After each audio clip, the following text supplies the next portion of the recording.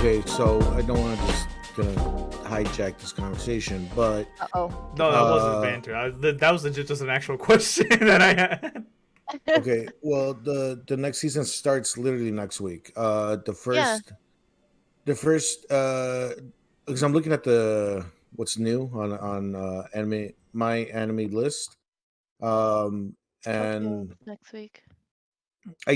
Sunny Boy, actually I don't know if you guys know this, but Sunny Boy episode 1 is going to be shown on Funimation before the actual release date that's going to be aired in Japan.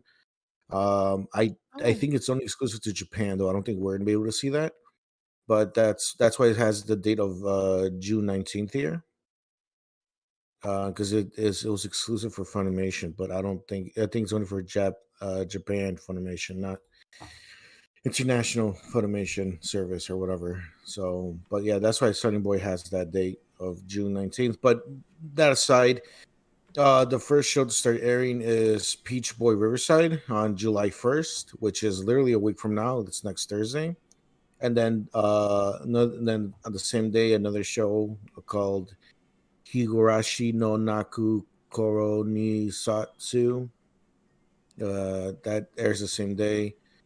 And then Saturday, July 3rd, is when it kicks off with 1, 2, 3, 4, 5, with 5 shows starting up on Saturday. Oh, they don't have Tokyo on there. Tokyo Revengers. Uh, Or is that down on the list? They let's see. episode 13 premieres on the 3rd. Is the 3rd next Saturday or no? Yeah, it is. It is. This Is list it? most likely is just for the new anime, not the continuation of. Oh, you're right. For the rest of the You other is shows. right. That's pretty cool, though. But yeah, so it looks like next week Saturday is where it kicks things off for new anime, and then just throughout the week, throughout the month of July, no more anime is going to be released. This is the one I'm waiting for right here, the 8th of July. Like this one right here. This one's scheduled for August 1st. I don't know why so late. This is one of the shows that I'm waiting for. The Jasama wa Kuji Kenya. I don't know.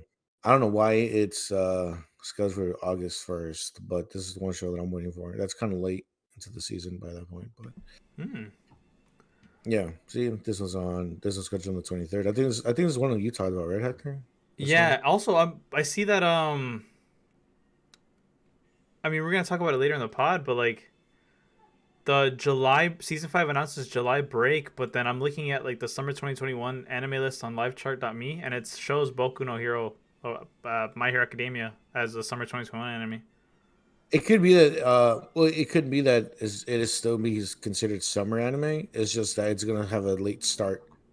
That's a good point. I think that's probably the case. I actually wouldn't. Would you be surprised if they took a whole month off? I wouldn't be. I wouldn't be surprised. I mean, It's expected. like I said, they have this anime here that I'm waiting for, scheduled for August 1st. That's literally Holy a whole shit! Oh month. yeah. August 1st is kind of nutty. That's what I'm saying. Like, I don't know why this anime specifically is scheduled for August 1st, but that's what it's scheduled for. Yeah, some of these actually, it just says they don't even give like dates when it's starting. Yeah, there's three that don't have a date. This one, Shaman King. This one is a spinoff to Madoka Magica. This is the second season of that spinoff. Oh, that's cool. Apparently, that's gonna be airing in July. No date yet. I still haven't seen that spinoff. Actually, it's something that's on my list of things to watch. So it's like different girls. It's different girls, and some of the girls from the original show up on this one too, from the original run. But I don't know where it fits in the storyline. I haven't seen any of it, so it's all new to me. I just haven't watched it yet.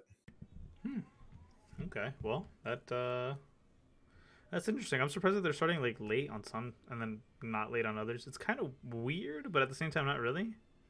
But I mean, hey, I am super excited to get. I mean, I've said this many times, and I will continue to say this. I am excited to get out of this goddamn season.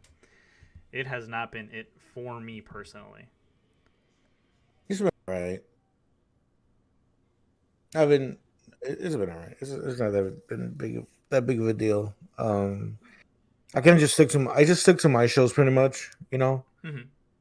I watched Pharaoh, My Dear Crimer. I bring it up every week. I'm pretty much almost done with it. Like, I'm pretty sure there's just one more episode left for this season. It's pretty cool. I like it. And like the team they're facing off so they're like in the tournament. It's like the elimination round, and they're going against like the second best team out of the whole tournament, and they are down 0-2 with like 15 minutes left on the game. So like it looks like they're not gonna win, but they're trying their best, with friendship and shit. So Somebody's gonna clutch up and watch. I'm that's guessing that. I don't know, maybe I don't know, but it's a lot of fun. I really like that show. What's the other show? Don't Toy With Me, Nagatoro-san. I've been It's seeing that everywhere. yeah, it's just like I said, it's following that formula of like 80% messing with the guy, 20% like romantic hints of and here and there of them like liking each other. But because it's going towards the end of the season, they kind of ramp up a little bit more on the romantic side of things. That's what they tend to do with these romantic comedies. Like the guy's been a lot more forward with her about like how he feels about her and stuff like that. Finally. Yeah, it's a thing that always happens with these like if it's not like straight up a romance anime like what's the one that you guys marathon? Horimiya. Like Horimiya, right? Like Horimiya is like there's comedy involved, but like it's definitely a romance anime. Like that's part of its genre. With a lot of these romantic comedies, comedy is like the main focus, and like there's the hints of romance here and there, and they barely get anything done considering the romance part of things towards the end of the show. Like maybe in episode 2, like towards the end is like more dedicated to like the more serious of them getting together or whatever. And like a lot of the shows end with the guy asking her out, and they're like, "Oh yeah, I do love you," or whatever, and like they kiss or they hold hands or some shit. That's pretty lame. A lot of shows end like that. So I think Horimiya was kind of like that. Like they were pretty late in the game. Like it took no, they build up this. you I feel like they built up the tension, but like they didn't. The girl and the guy, they didn't get like serious until like a little bit later. No, it wasn't right off the bat. They started it, dating halfway through, and then they started being more open with their relationship like 75% of the way through. So it's just like you saw the progress, but them getting together was a lot quicker than most animes. Oh. It's so much quicker. Like normally it goes like this. Okay, let's say Hector and me are in a romantic comedy, and I'm Hector's my senpai, and Hector is a knucklehead who doesn't recognize my love. Right, a basic romantic comedy plot.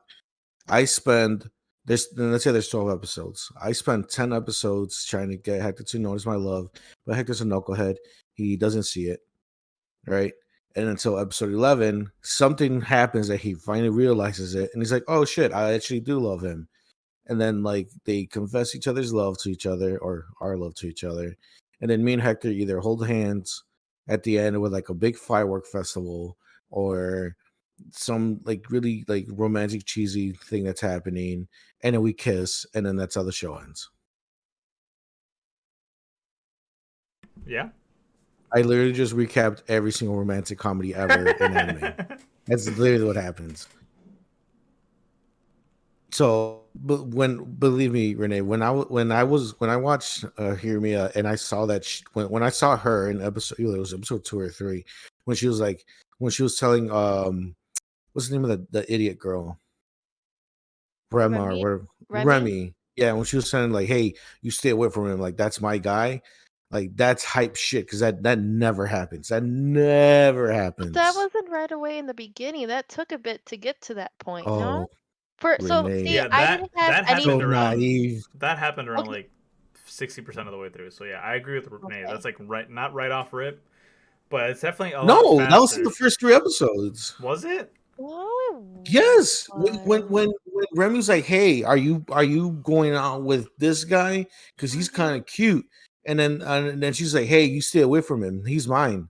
Now I have to go back. Oh wait, That if was, you remember it and you only I only watched the saw first 3 3. episodes, Right. and Oh. I remember that scene. Like I'm Oh. telling you guys, You're right then. them confessing their love maybe did take maybe six episodes or whatever, like a little bit more to get into it. But them knowing that they love each other, have emotions for each other, they want to be with each other, it happens a lot way faster than most of these shows. I'm Oh. telling you, No, most of I these believe shows you. waste fucking time. They do what I said, like, oh, Hector Kun doesn't notice me. What am I going to do? And Hector's over there like, oh, it's just me, Hector, goofing around, yeah, anime, whatever the fuck, right? Then the other character who's in love is like, well, I don't want to ruin what we have, because we're friends, and okay, it's fine to stay like this for some more time. And it's like, yo, just tell them how you feel, stop fucking around, It's just when you get a good romantic anime like Horimiya, and knowing the bullshit that's out there, you appreciate it that much more.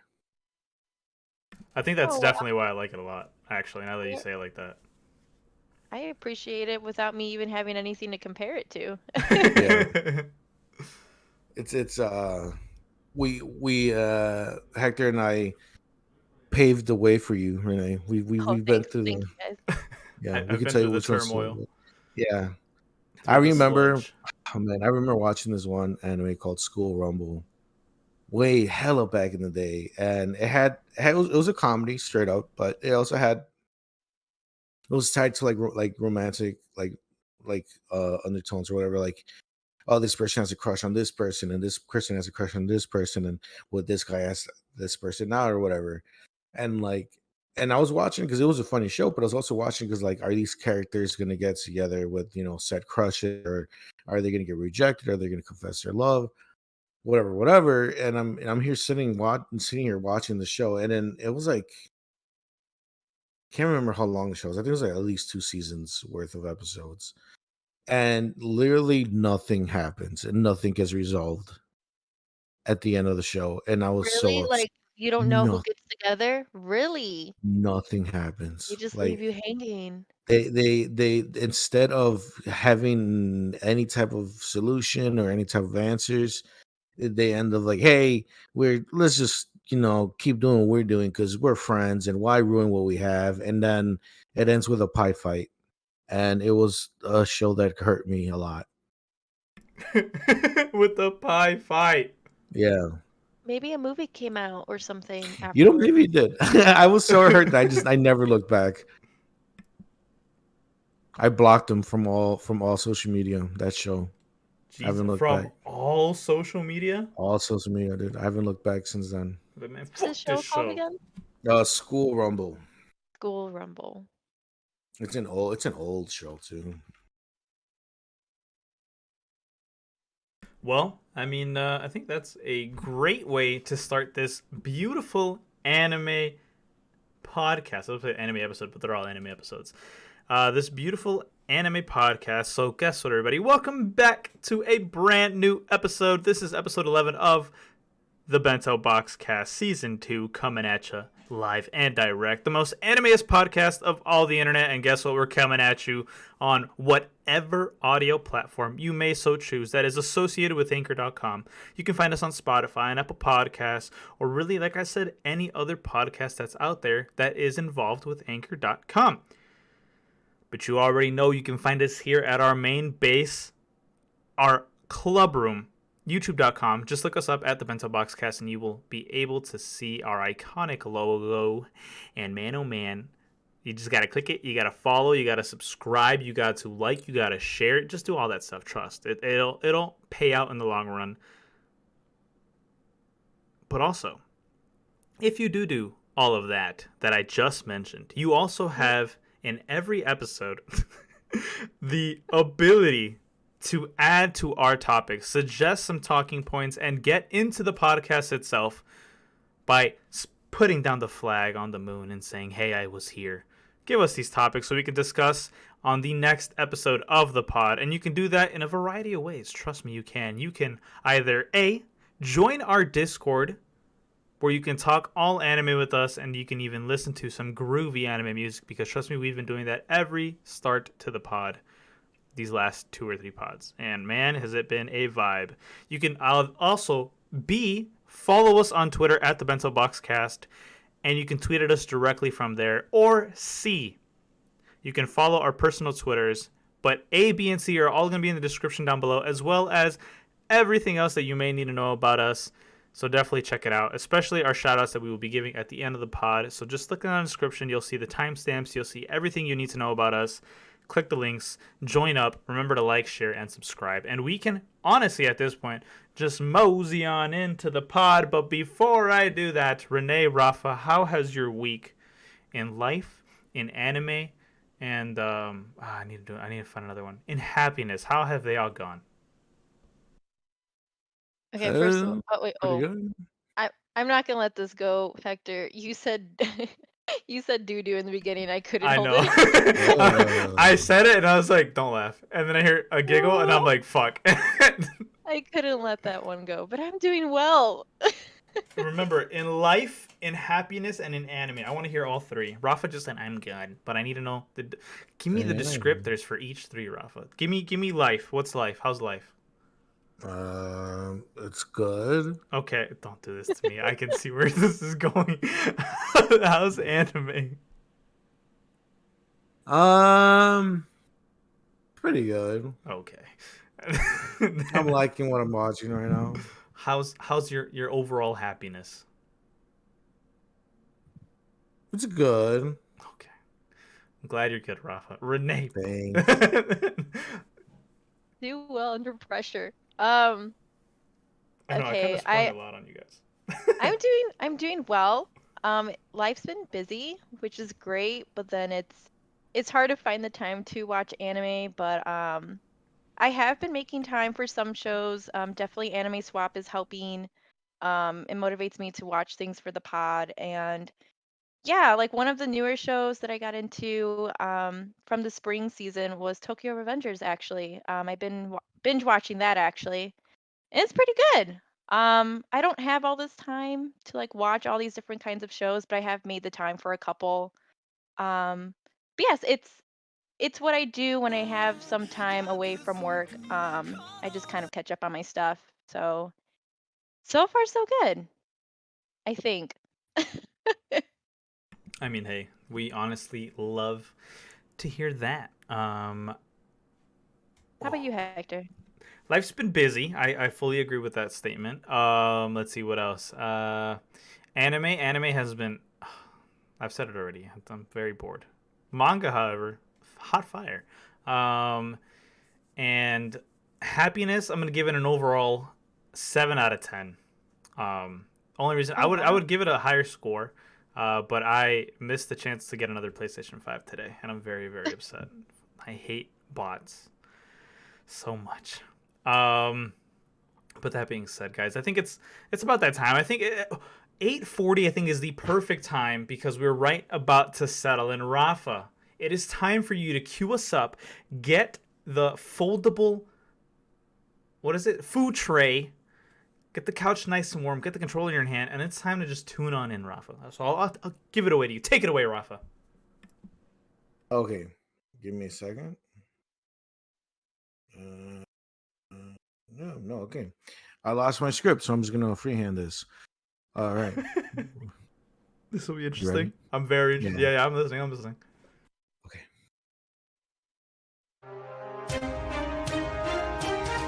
Good evening, everyone. Welcome to the Bento Box News Weekly Update. I am your anime.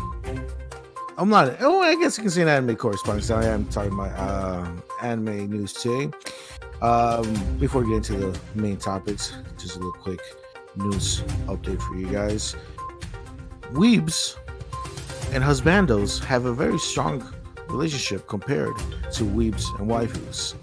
More information on that later on tonight. And of course, there's been a... I don't even know where to go with this. That's it. That's all I have because I'm blanking on funny news related to anime. Anyways, this has been a really fucking horrible fail. I must go ahead and just pass it over to my anime news correspondents, Hector Renee. I thought, you know what you could have brought up there? What's 100% up? the figurine, What's the up? My Hero figurine. I thought you were gonna talk about it. Not really. I just didn't. Oh. It's so outlandish that it's just like I'll bring it up. You I'll weren't? bring it up. But it's like, yeah, it's Oh, like okay. it's so dumb. But Uh-huh. yeah. Go ahead. But besides that, Breaking news, Hector. like, If you are a My Hero Academia fan, got some breaking news for you guys. Sorry, Hector, did not mean to interrupt you. But if you are a My Hero Academia fan and you're interested in collecting your own figurines or figures, this just in, everybody. There's a deal out there. Yes, you guys know her as Invisible Girl. Is that her name? I don't know. There's a girl who's invisible in My Hero Academia. You can own her figurine for $18. That's a deal. And the figurine itself, it's said to have 2 gloves and 2 shoes, and that's it, because she's invisible. So there is nothing else to be made on said figurine. Some call it outlandish. Hector has been stated to say that he thinks it's insanity and it's dumb and stupid. But I, for one, think it's a deal. $18, not bad. Now, Hector, as you hear, actually, Hector, I'm going to interview you. This is a news interview now, Hector. Hector, you're known throughout the anime community as Moneybags Yo Boy Never Broke. You have been it has been reported and has been documented that you've bought many anime items that have been very expensive. Okay, let's not forget we have the Rem life-size statue that was worth thousands of dollars. I'm pretty sure wow. you own all 3 versions of those. I think the only 3 were made. If I check my notes here, yes, only 3 were made here, and Hector owns all 3. I didn't know this. Yes. Renee, please. And anime correspondent Renee, this is very true. Hector is known as Moneybags Yo Boy Never Broke on the anime community. Hector also owns all the clothing line of the Gucci. What was that clothing line? The Gucci and was it the banana? Was it the banana? I love banana. The banana cross Gucci collaboration clothing line. Hector owns all those pieces to those. Yeah. He owns at least 2 of each. Okay, so Hector, thank you for sitting here with me today when to talk about this news. Now, it seems like this specific news about this figurine has hurt you dearly. Can you explain what's going on with that? Yeah, see, as broke boy, actually I said that wrong. That's actually Alex from the little shout out. Anyways, as young boy never broke. All right. I only like the finer things in life. Okay, so when I heard that this figurine was $18 for literally a pair of gloves and shoes, and it's not even like they're floating in the air. You literally see the little pics on the back of the hands holding them up.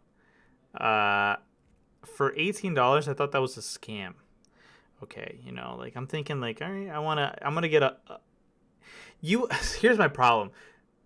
Does she even wear a costume? No, she doesn't wear a costume in the anime, right? It's literally just her gloves and her boots. Wow, that just hurt my brain thinking that that's even a thing. I'm sorry.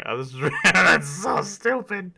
Yeah, I am not a fan of that, actually. Like 100%. I just thought about it even harder. It's like it's such a sorry, I didn't interrupt you. But she does have a costume on, but the costume itself is invisible. So for $18, you could be purchasing her with her invisible costume. That's correct. Stupid. Oh my god! Like just thinking about that is just so dumb. Why is that a thing?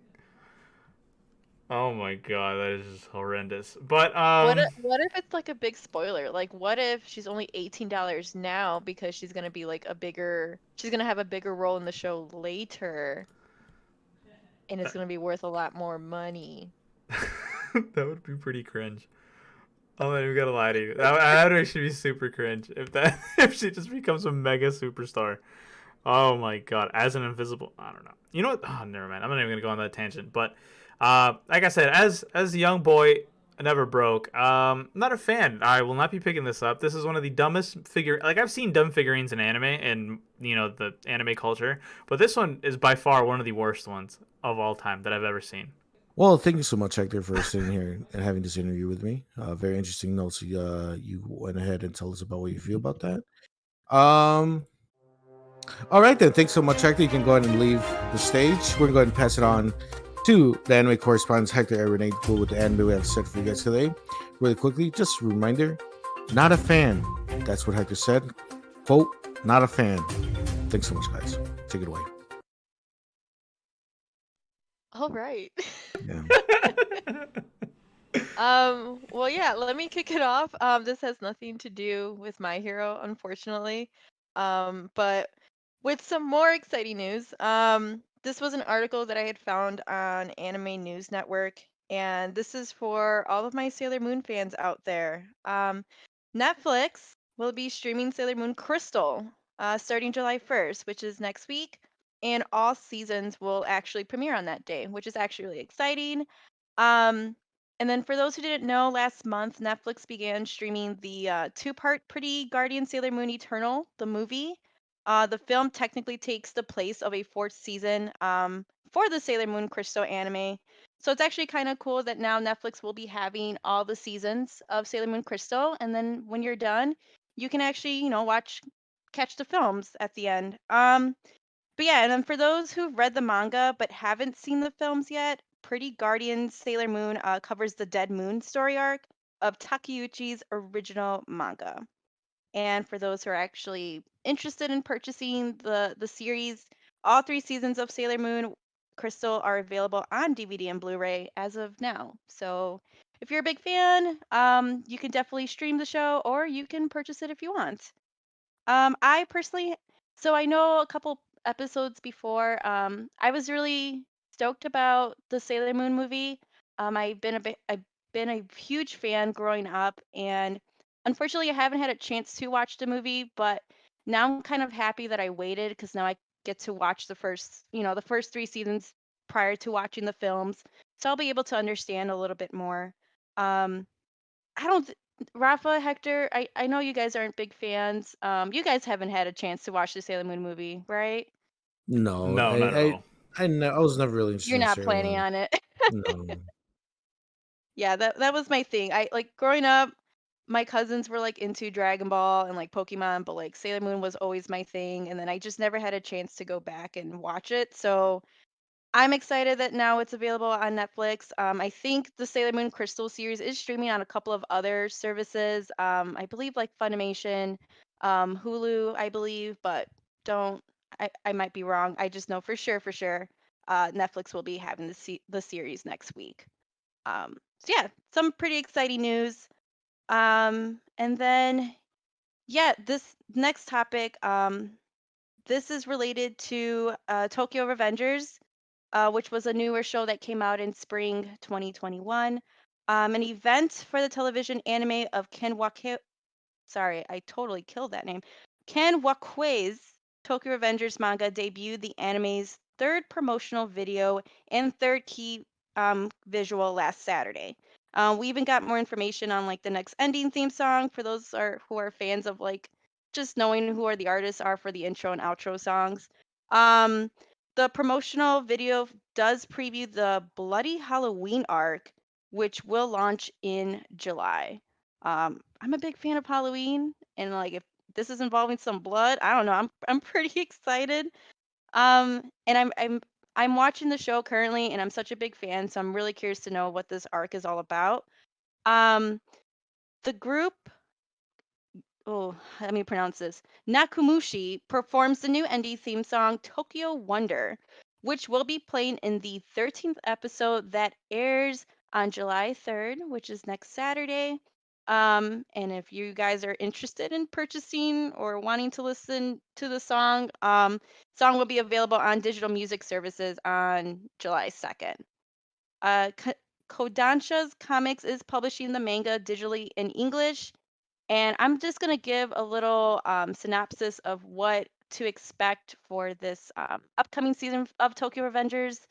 Um, Watching the news, Takamichi Hanagaki learns that his girlfriend from way back in middle school, Hinata Tachibara, has died. The only girlfriend he ever had was just killed by a villainous group known as the Tokyo Manji Gang. He lives in a crappy apartment with thin walls, and his 6 years younger boss treats him like an idiot. Plus, he's a complete and total virgin. Oh, interesting. At the height of the rock bottom life, he suddenly time leaps 12 years back to the middle school days to save Hinata and change the life he spent running away. Hopeless part timer Takamichi must aim for the top of Kano's most sinister delinquent gang. So that's just a little synopsis on the show for anyone who hasn't watched. As I said, this is one of the shows I picked from this spring season, and I'm really enjoying it. So I'm totally looking forward to the show picking up again next week. Um, yeah, Hector, are you watching Tokyo Revengers? I'm not sure Rafa is. Ooh, I definitely am. I am one episode away from catching up fully. So, I left Nice. off on the cliffhanger where. Never mind. I was about to spoil it for anybody that wants to care. But I left on a pretty good cliffhanger, so I'm definitely seeing like what I'm excited to see what happens. But yeah, I've been enjoying the show. It kind of got to a little lull point for me, but that was just because I was kind of like keeping up with it week by week, and I'm just like, oh man. But like, it's definitely picking up right now, so I'm like super excited. And I'm not gonna do the Fire Force thing where I drop it at the wrong time. So I'm just gonna stick with it and just muscle through. It's worth it. Keep going. It's really good. I haven't watched it since Anime Swap because of my problems I have with the show. So yeah, I remember you having a lot of questions. yeah. So They kind of get answered. I feel like you need it. I think Tokyo Revengers is definitely one of those shows where you have to keep watching. I think the 3 episode rule doesn't do it justice, in my hmm, opinion. I don't know. Maybe I would rather watch Link Click over this.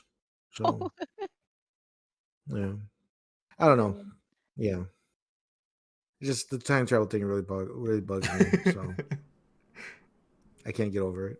That's the big thing. You're just like the time traveling. Just I could see why. To be Yeah, completely honest, I can completely see yeah, why. yeah. So I'm assuming it's my turn now, right, Renee? You don't have nothing oh, else. pass it on. There you All go. right, Take it away. nice. Thank you. Nice throw.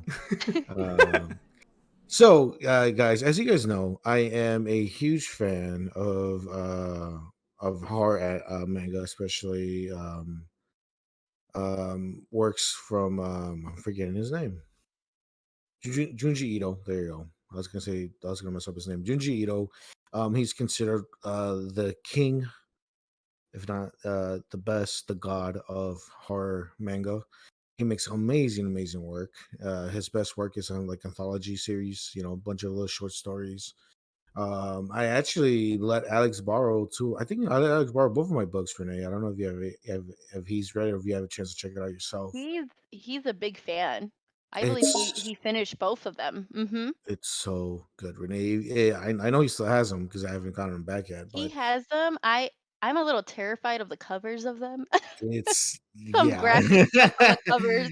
it's some real gruesome stuff. But if you want to get a little like some like get creeped out, you want to get scared, you want to read some horror manga, I would say check it out. It's some of the best stuff I've ever read. Um and the thing is with I was Jujutsu Kaisen. But the thing with Junji Ito's work is that like not every single story is like, oh my god, I'm terrified, or like this is like super scary. Most of his work leaves you with this creepy, unsettling feeling. It doesn't his work doesn't straight up have you running out the room screaming, but it leaves you uneasy. It leaves you like with this uncanny, like just you can be sitting in the most comfortable chair ever. Once you're done reading his work, you feel like that chair is like it's made out of like metal, and you're just uncomfortable. You just have to like take a shower or some shit. Like like he really gets to you with his work. Yes. Oh man, It really is great. it is definitely skin crawly type shit that you see. It's I'm not a fan at all. I love his work. I love his work. Yeah, some of the best stuff I've ever read.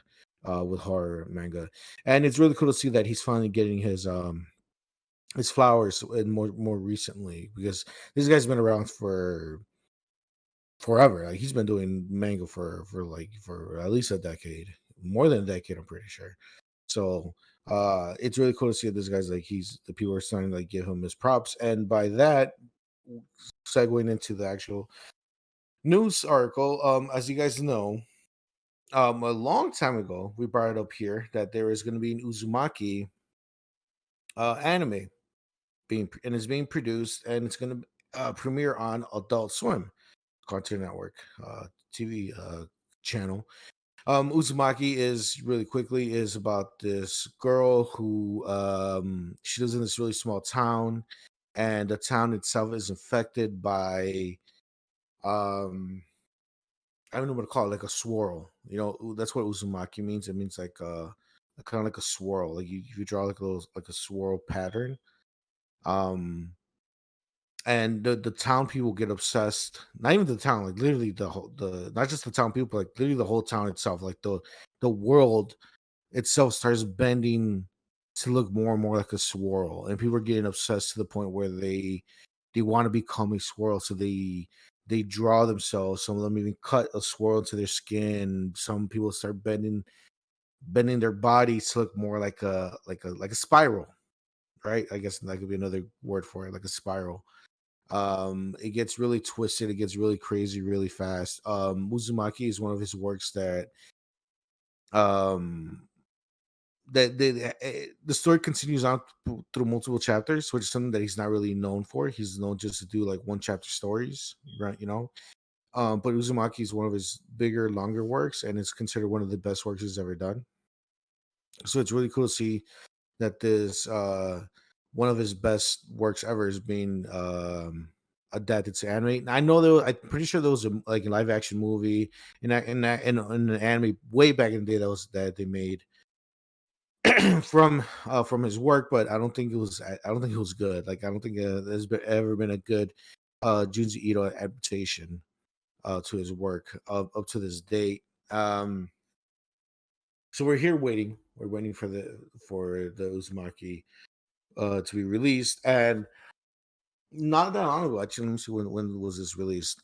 There was an update and teaser released on YouTube under the Adult Swim YouTube channel. It was released on the 15th of June, so about like a week ago, about 10 days ago or so. So we got I don't know this guy's name, but I think he's the director. Yes, this is the director of the Pride of Uzumaki, the anime itself. Hiroshi Nagahama. Hopefully I didn't fuck up your name, my guy. But anyways, so he pretty much put out a 3-minute 50-second video explaining giving an update of what's happening with the said anime. And he gave us a release date. It got pushed back. I don't remember what was the original release date. I think the original release date was this year. But it got pushed back to October 2022, which it sucks, right? Like, damn, we want this as soon as we can. But he did give a lot of reasons why. And the main reason that I took from it was that they just want to make sure this looks great, make sure this looks really good, and they really put the best um, effort into this work. And then at the end, he shows, I think it's like maybe like 3 seconds or like 5 seconds of like the actual, like a really tiny clip of what they've been working on, and it's amazing. It literally looks like the manga is coming to life off the pages. Like it's black and white, and it literally, I mean, it looks like the Junji Ito just decided to animate his manga. It looks so good, and and it's not that anime quality where it's just kind of eh, like when certain like anime they cut in corners here and there, and so it doesn't look always that great. Um, like it looks amazing. It looks like manga levels of detail, but animated. It looks so good. And after seeing that, I was like, okay. I was kind of bummed out, like, dang, I gotta wait a whole another year, more than a year to get this. But after seeing that, if it's if that's just a small hint of what's gonna come, I'm willing to wait because it looks amazing. It looks amazing for what they're showing us. So I can't wait to see what they're gonna do this, what they're gonna do with this. I can't wait, man. I love this guy's work. Junji Ito's work is amazing. Oh, I'm excited. If you guys don't know who I'm talking about, if you guys are wondering what I'm talking about, I check out his work. His manga's everywhere. You can buy hardcover at your local bookstore, or you can just read it online. Junji Ito's manga is top tier horror. If that's what you're into, man. I love this stuff, and just to get yourself into it, get more excited about what's gonna come up with this Uzumaki. And real quick before I'm done rambling on about this, do not watch the Junji Ito collection. It is on Crunchyroll. I think maybe a year or two ago. There was an anime adaptation of Junji Ito's work. It was about a season long, 13 episodes or so. It sucks. It's not good. It's mediocre. The animation is garbage. They fuck up the stories left and right. It's not good. Do not watch Junji Ito's collection. I think it's on Crunchyroll right now. Avoid it. It's not good. You're gonna ruin it for yourself. Just read the manga for now, and then when Uzumaki comes out, watch that. That's it. Okay. You broke that shit down hard, huh? Yeah, I love this shit, man. I'm telling you, Renee. I'm telling you. Oh no, what? Go grab that book and read it. No, it's gonna give me nightmares. I can't read it is now. so bad. Rafa at one point during the first season of the Bento made me see a specific page. I mean, not even that. I made Hector read 2 stories. I think. No. It was not. It's so the move, Renee. Good. It's so good. Like if you like that shit where like it makes your skin crawl, and if you're the type to not flinch at what's that phobia of like the holes in your hands? You know what I'm talking about? The holes in like your the stigmata? Is it called stigmata? Probably. It's like where like a bunch of holes don't belong in someone's like in certain areas. So it's like a bunch of like honeycomb like holes around like. If you look at it, Renee, or if you know what I'm talking about, then yeah, actually don't even look at it. Don't even look at it. That's not even worth looking at. Renee, so if Alex has read all of them, just ask Alex if there's any of them you should read. Because if he read it, he knows what's in there. So just ask Alex, like, hey. But he knows me. He knows I get easily scared. So Okay, that's right. why. That's what I'm saying. Like he would. I can tell you, hey, read this and read that, but I don't know what's your tolerance level with this stuff, And who better than Alex to tell you which ones? Even if you should check it out, I don't know. I would just say ask him to see what he says. Yeah, if I read these, it definitely has to be in the morning. Like it has to be a sunny day. It has to be like a good bright day, early. I can't do it at night because I won't go to bed. I won't go to bed at all. They're so good, and I'm just man, I just want to. I could spend all night talking about Junji Ito's manga and the stories that he wrote. But yeah, I'll just say that. Just ask Alex, like, hey, Rafa talking about this. Like, do you think I should read it? Just see what he says. He's gonna be like, no. And, Knowing me, uh-huh. I'm gonna be scared. That's kind of the point. That's kind of the point. Like, I'm not saying here, I'm like, oh, sweet, dude, look at this cool shit. Like, yeah, it's cool shit. But when I was reading it, I was also creeped out. I was also scared, But like, it's an experience. It's really, like he comes with some really crazy ideas. I personally was absolutely not enjoying that. That was not the move for me, especially the one that you showed me. That was tough scenes. So good. It's so good. Okay, like I'm just gonna say this. There's one story where there's this guy who he's in the hospital. Okay, and it's nighttime.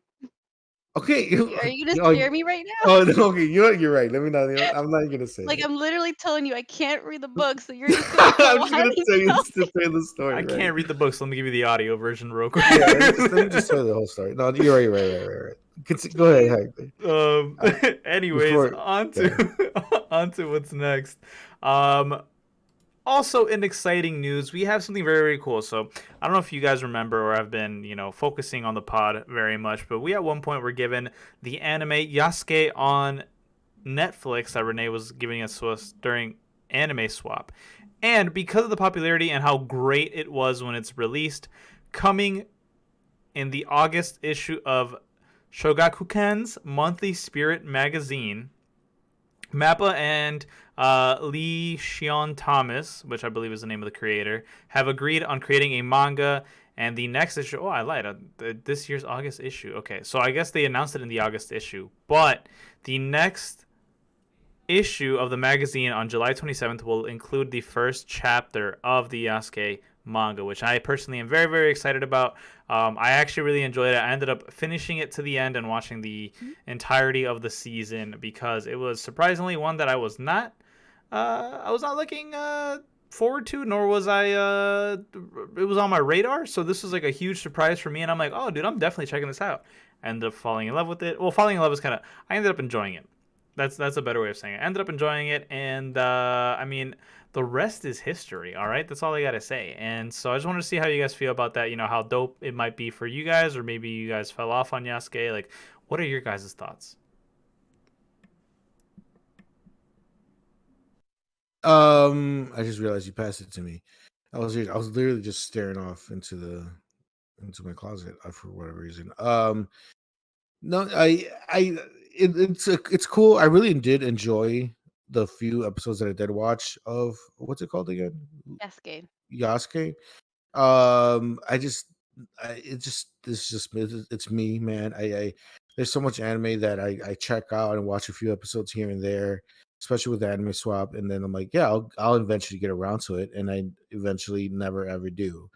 It's just another one of those anime on that list that, like, yeah, it looks cool. I would love to finish watching it, but for one reason or the other, I just never do, and it's just eventually I'm gonna end up watching it. I just don't know when.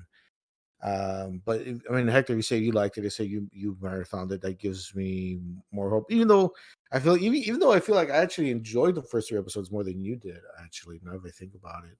But I mean, if you came around to it, so it should be a good time overall.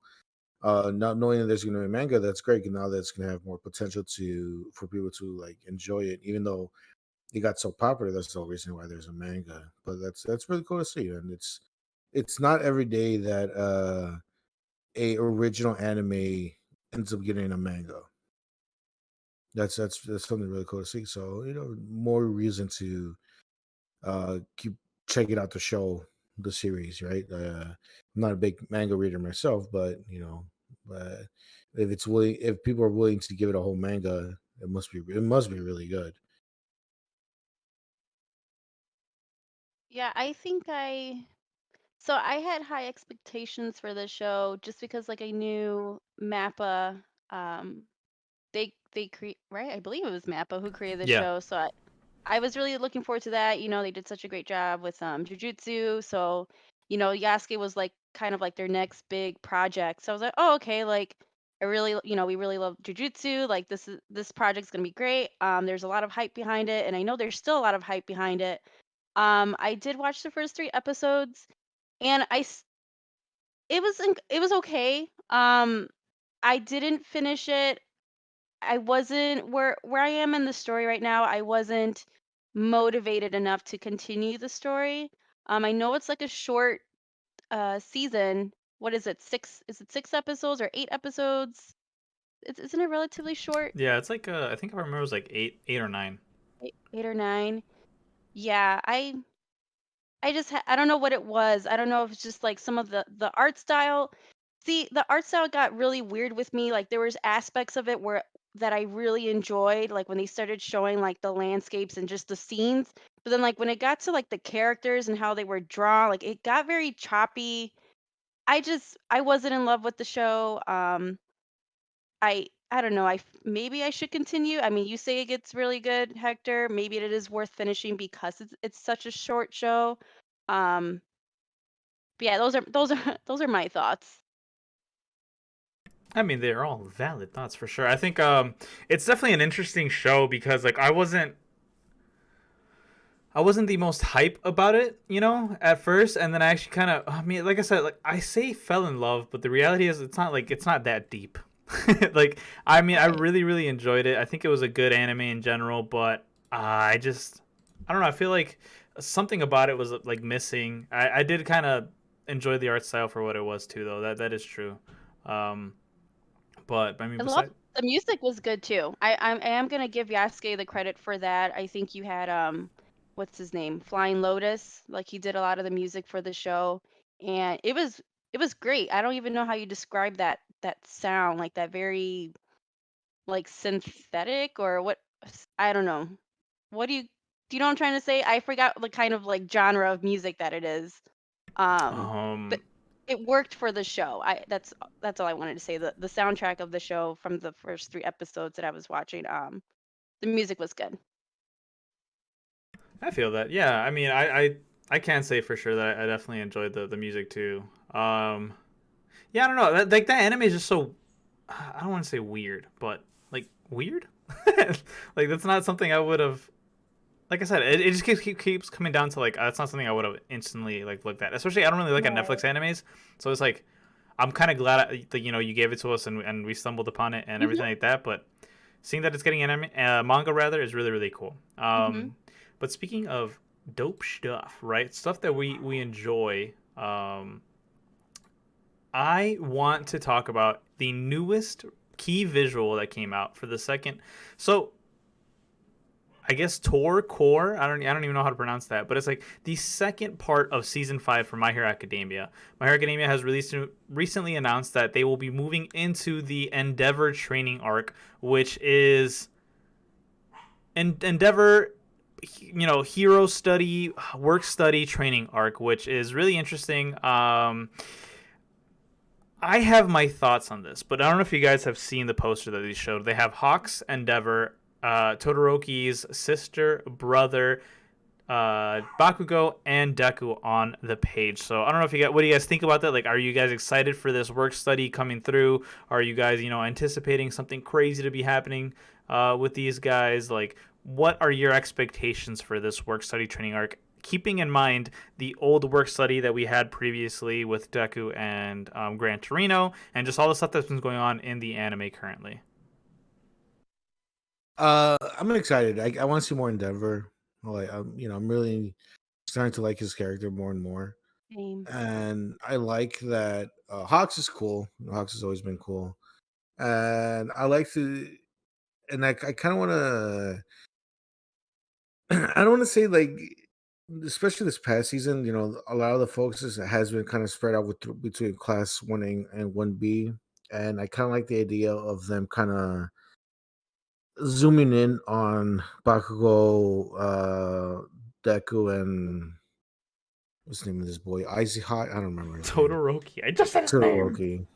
Yeah, so I like the idea of like them kind of taking center stage again, having the focus on them three, and their journey. Like like again, I really enjoyed this past arc with the whole 1B versus 1A. Like that was a lot of fun. But I'm at the point where I want to see more of these three specifically. That last episode, or not this last episode, but the episode before that, right? Was it that one? Or was it this episode? I'm trying to remember what happened. No, it was the episode before because we already talked about it. Where Bakugo and Icy Hot, Todoroki, they got their license, and like within 30 Mhm. minutes they're already out there, saving people's lives or whatever. Like that was so cool to see, and like I kind of want to see them do more hero stuff, and specifically them three: Deku, Bakugo, and Icy Hot, Todoroki, and they're gonna be on their Endeavor's watch. Like that just sounds like it's gonna be a lot of fun. So I can't I can't wait for that. I'm all about it. I just want to see I just want to see the dynamic between all three, especially with Todoroki and Endeavor. Like Yes. how's that gonna pan out? I You want to know? see it. I want to see the bonding between them. I want to. I know they had a rough relationship, so I'm looking forward to this, and I want to see them get closer. Like I Right. think Shoto still wants to get better at perfecting that one ability of his, and it's just really heartwarming to just see Endeavor, trying to be a better father. And now, he gets to have his son work for him, and then you have Deku and Bakugo, and I just love their dynamic. I mean, I love all of them. So I'm Right. looking forward to this. This is exciting. Right. And it looks like they're really going to get into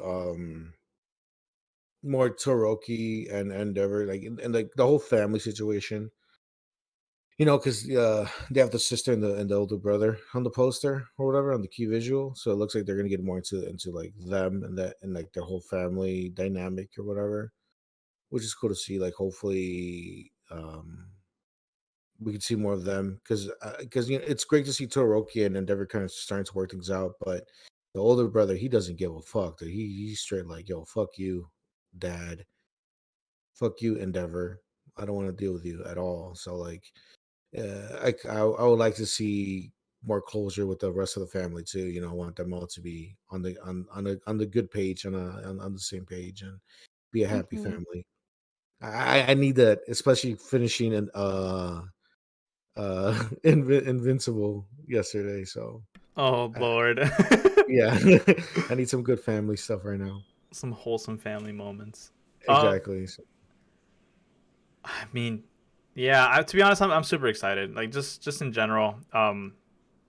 This. So here's my thoughts on it really quickly though. So I looked into the reasoning behind a lot of what's going to be going on within the next few months of My Hero Academia.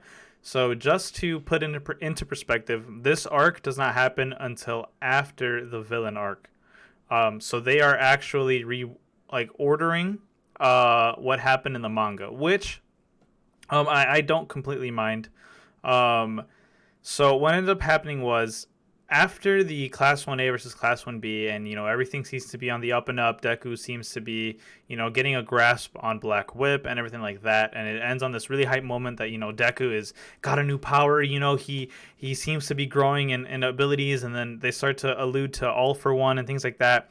Then in the manga, it takes a twist where they throw us into a full-on arc where it's nothing but villains, and we see what the villain society, or the League of Villains, that's what they're called, the League of Villains, what they have been up to while these other kids have been doing their normal Yeah. slice of life school stuff, which is super sick because we get just straight up nothing but Shigaraki Yes. and what is his name? Dobby. Dabi. There you go. Yeah, Shigaraki, Yes. Dabi twice. We get nothing but backstory and development for each character. We get more Toga. We get like so much stuff on these guys.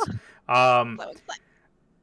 Sorry, I keep however, cutting you off. I'm no, no, so no, no. excited. You're completely fine because I'm also trying to like gather my thoughts because like what ends up happening is like this gets so hype, and this arc was like, even though it's like a semi mini arc, like it's nowhere near as big as like the overall arc or anything like that. But okay, big as in chapter lengthwise. It is big in story building wise. It is huge in story building wise. Um, so they decided to move that later and create an entire. I think from what I read correctly, an entire season of My Hero Academia is going to be the. It's going to be called. I think it's like My Villain Academia. Is like Oh my gosh, sounds the amazing. yeah, My Villain Academia. So that's gonna be like Yeah. the name of the season, the arc. So it's gonna be just a full on season of that stuff. If not, the majority of like, let's say it's like a 24 episode, another 24 episode season. Jesus, it'll be the majority of that season will be the My Villain arc. So, the other stuff is after the My Villain arc, we go straight into the Endeavor work study training arc, because I guess it was kind of building off of like, hey, this is what the heroes are doing. Now let's go back to our villains are doing. Now let's go back to the heroes and see how they're preparing and how they're gonna be, like, how ready are they gonna be for what happens at the end of the My Villain arc. But however, in the anime, they're gonna swap them around and have just a straight on training arc right after this, like, Class 1A versus Class 1B, which I mean I don't completely mind. I think it's pretty fine. I understand why this is a season and then why they want to make the My Villain arc a complete season. The other bonus stuff to it is, everybody knows, we've talked about this before. There's going to be a movie coming out, movie 3. So they kind of want to build the hype for the movie. So they're gonna do this training, hero arc right now that we're in for the summer 2021 season, things like that. And then we go into the My Villain arc, and then right after the My Villain arc season, boom, we have the movie. So pretty cool. I'm excited about that, timeline. Very interesting that they decided to swap it in the anime and in the manga. I completely am for this swap. I actually really enjoy it.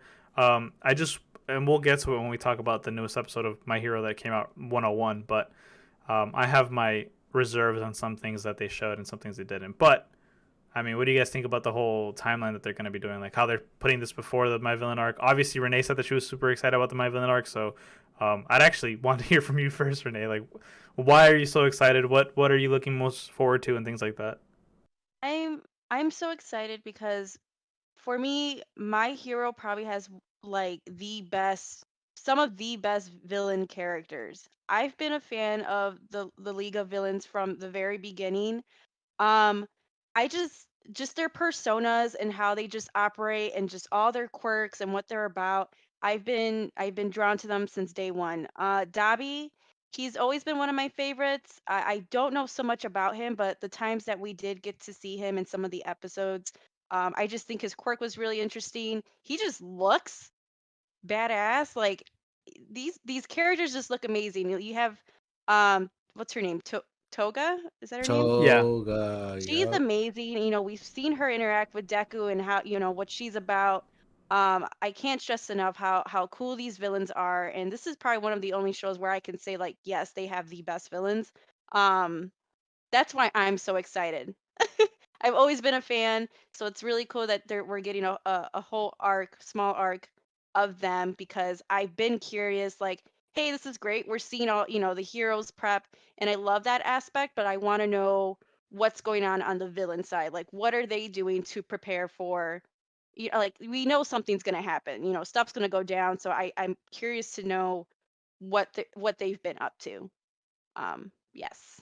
Super stoked. Can't stress it enough. I kind of have to agree with Renee.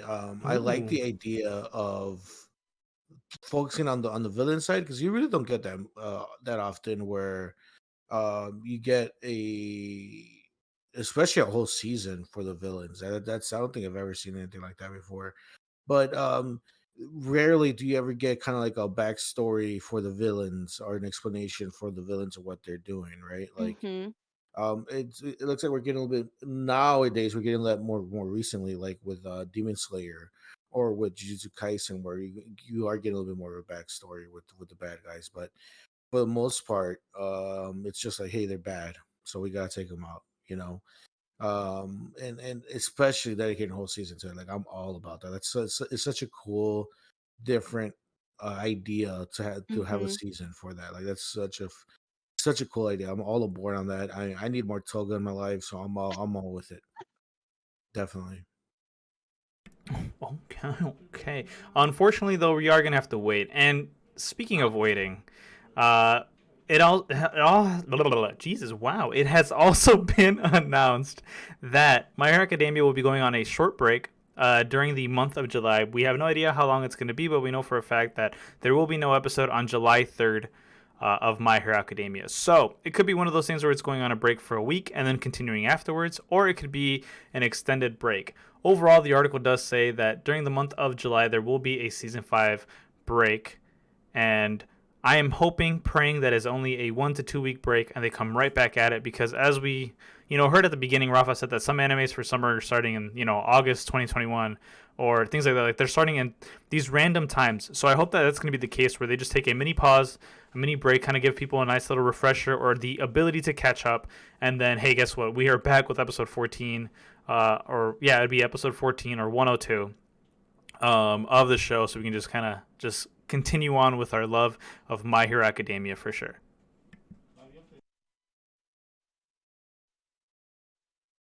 But with that being said, I think we have fully caught up with this week in anime, this news in anime, Rafa. So I'll pass it on to you and let you close this news segment out.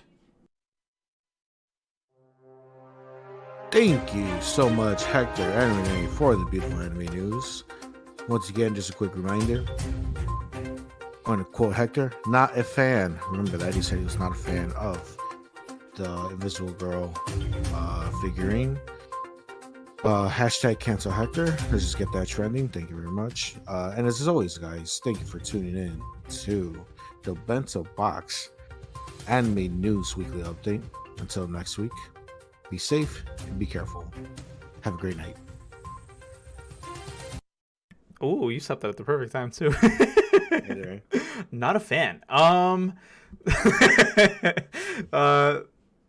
mean, on the topic of My Hero Academia, obviously, you know, we have to just, I mean, pretty much just jump right in. Episode 101 of My Hero Academia. Now, I'm gonna be completely honest with you. I had a talk with some of the friends on the side, and everybody told me, like, you know, Rafa has this way of just explaining things. You have a way with words, Rafa, and you just know how to break things down. So if you could please give us a rundown of what happened in episode 101 of My Hero Academia, the latest episode. And if you need any help, obviously, me and Renee will fill any gaps that you're missing. So go ahead, brother. This is all you. The stage is yours. I am going to need some help because the one thing I remember out of everything was, hey, man, this is not a Christmas episode. That's the one thought I had watching this. Because, like, at least 3/4 of the episode was like nothing related to the Christmas episode or like the theme of Christmas. Shoot, I'm trying to remember what happened. Actually, I'm actually forgetting the episode itself. I noticed a lot of story building, a lot of things happening, like setting up the next season, right? Like continuing on. Yeah. Shoot, I'm trying to remember. I can't remember. So, I mean, I guess to kind of help you, it's like, yeah, help me out here. I believe, I could be completely wrong, but this was not the one where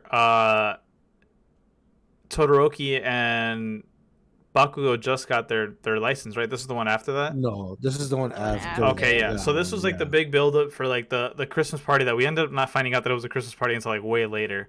At the beginning, we kind of get some... Actually, you know, holy shit, I actually don't remember. I don't. Right? Like, I'm trying to think about it, and I don't really remember the episode whatsoever. In the beginning, I think the city of, I think it was called Daika. Or oh my like god, that. Yes. Thank you, Renee. Go ahead, take it away.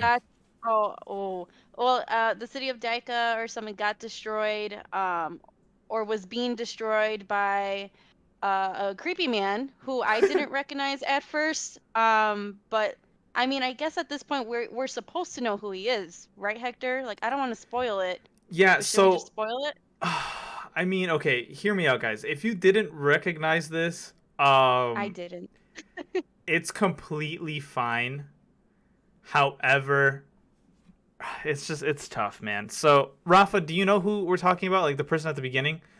It's it looked like this guy, the guy with the hands. I don't remember his name. Okay, cool. That's right. So you are completely right. It is indeed Shigaraki. Shigaraki, it literally gets shown at the beginning of the episode, which is already a huge, mega thing. I was not very happy about. As we all know, he is very addicted to his hands. It is something that's a big staple to him, and we hardly ever see him without them. Whenever we do see him without him, it's like sorry. It's like well, remember that scene in the earlier episodes where he's like in a hoodie and he has like Deku literally by the neck. Yes. But yeah, I didn't recognize him. It's hard to recognize him when he doesn't have his creepy hand covering his creepy face. You know. No, I mean you're totally right. Those hands creep me out sometimes. Oh my god. By the way, I remember the episode. I'm actually I have to pull it up. I'm just kind of clicking through it. I know exactly what happens to this whole episode now. I was watching you do it and refresh memories. But anyways, Renee, continue please. Yes. So yeah, unfortunately, I wasn't able to catch the fact that he was Shinaraki. I can't pronounce his name. So, but I obviously knew like something like obviously it's a big deal. That he destroyed this whole town and like very quickly too. Like I think it was, I don't know how long it took him, but it was like a really big deal. It was all over the news, and then I don't know how much to explain. I'm not as good as Rafa.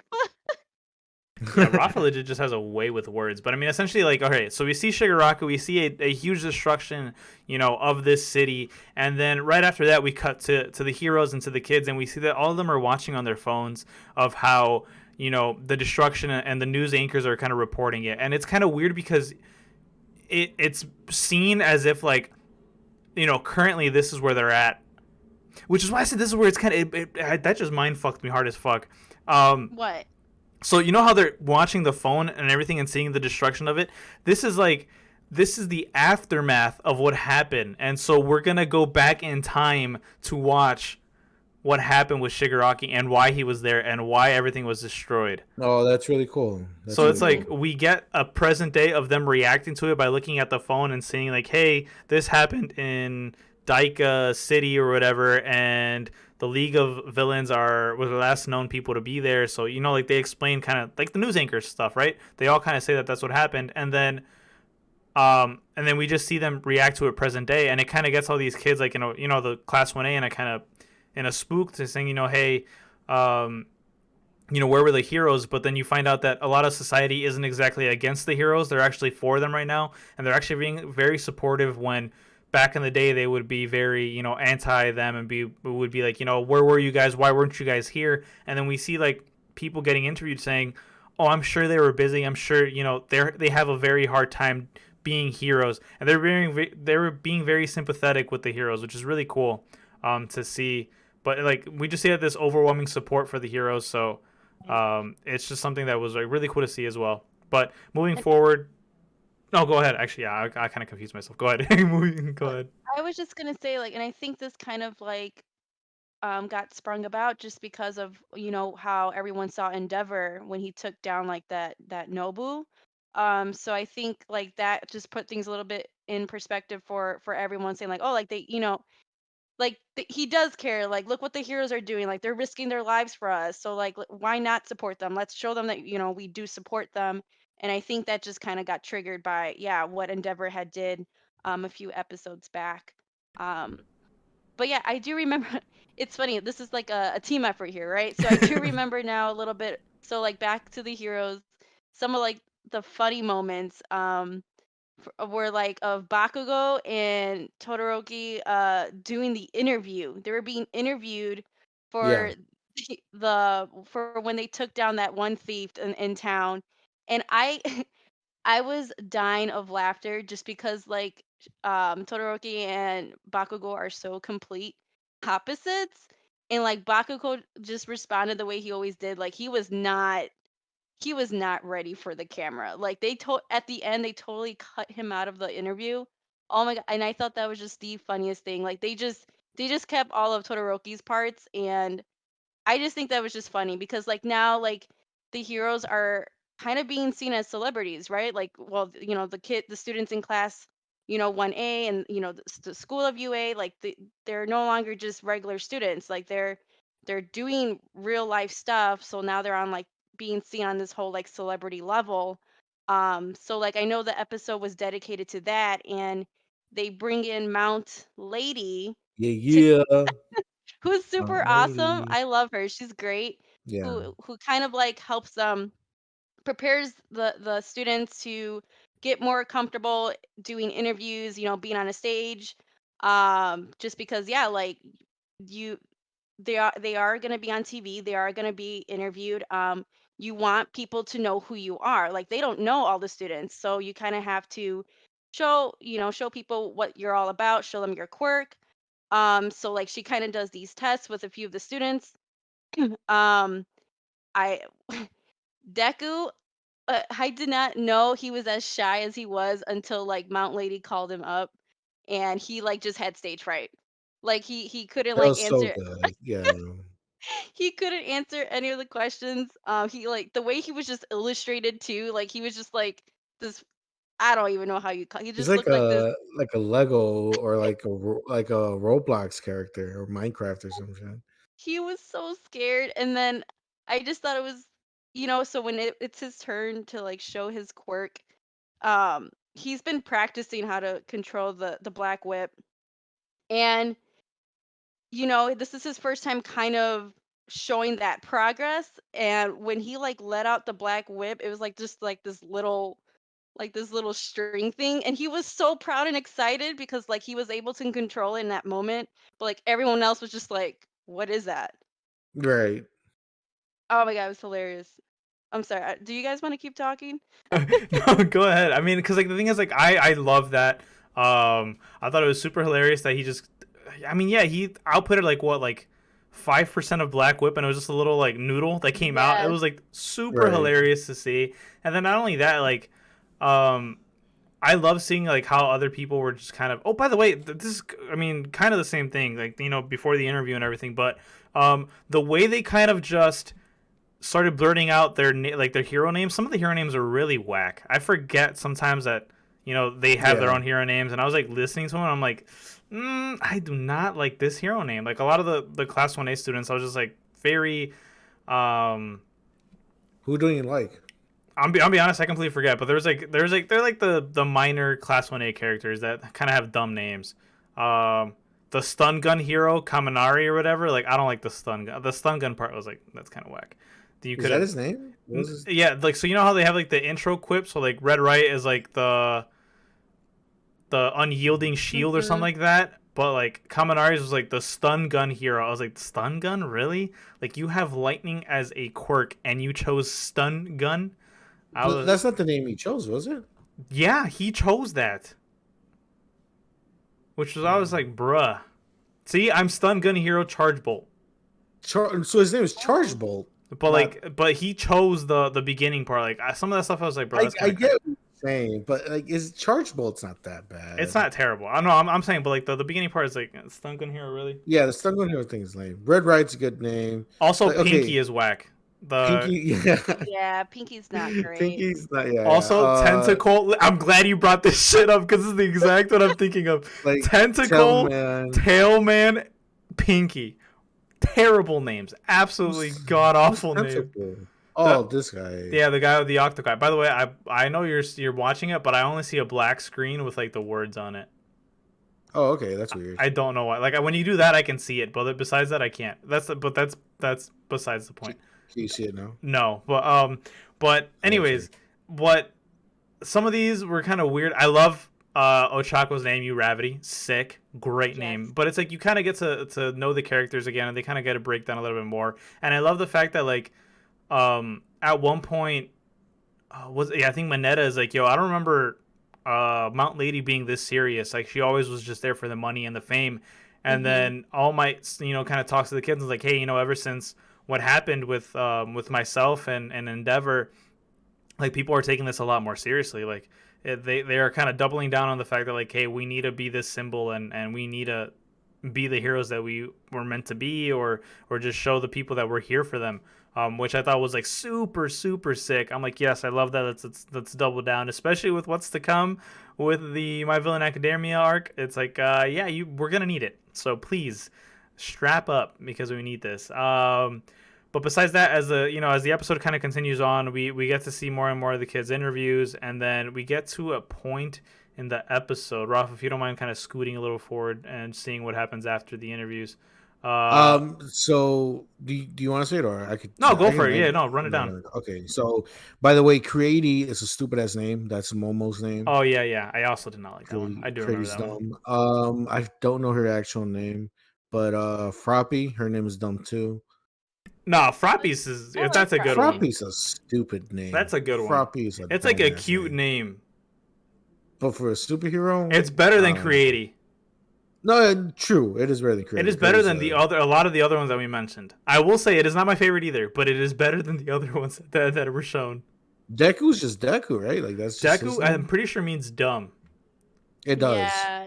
Yeah, This is the best one though. Red Honestly, Riot. Riot. I like Red Riot. Red Riot is such a good superhero name. That's a cool ass superhero name. I actually really like Uravity too. Uravity is actually one of my favorites. Those are good ones.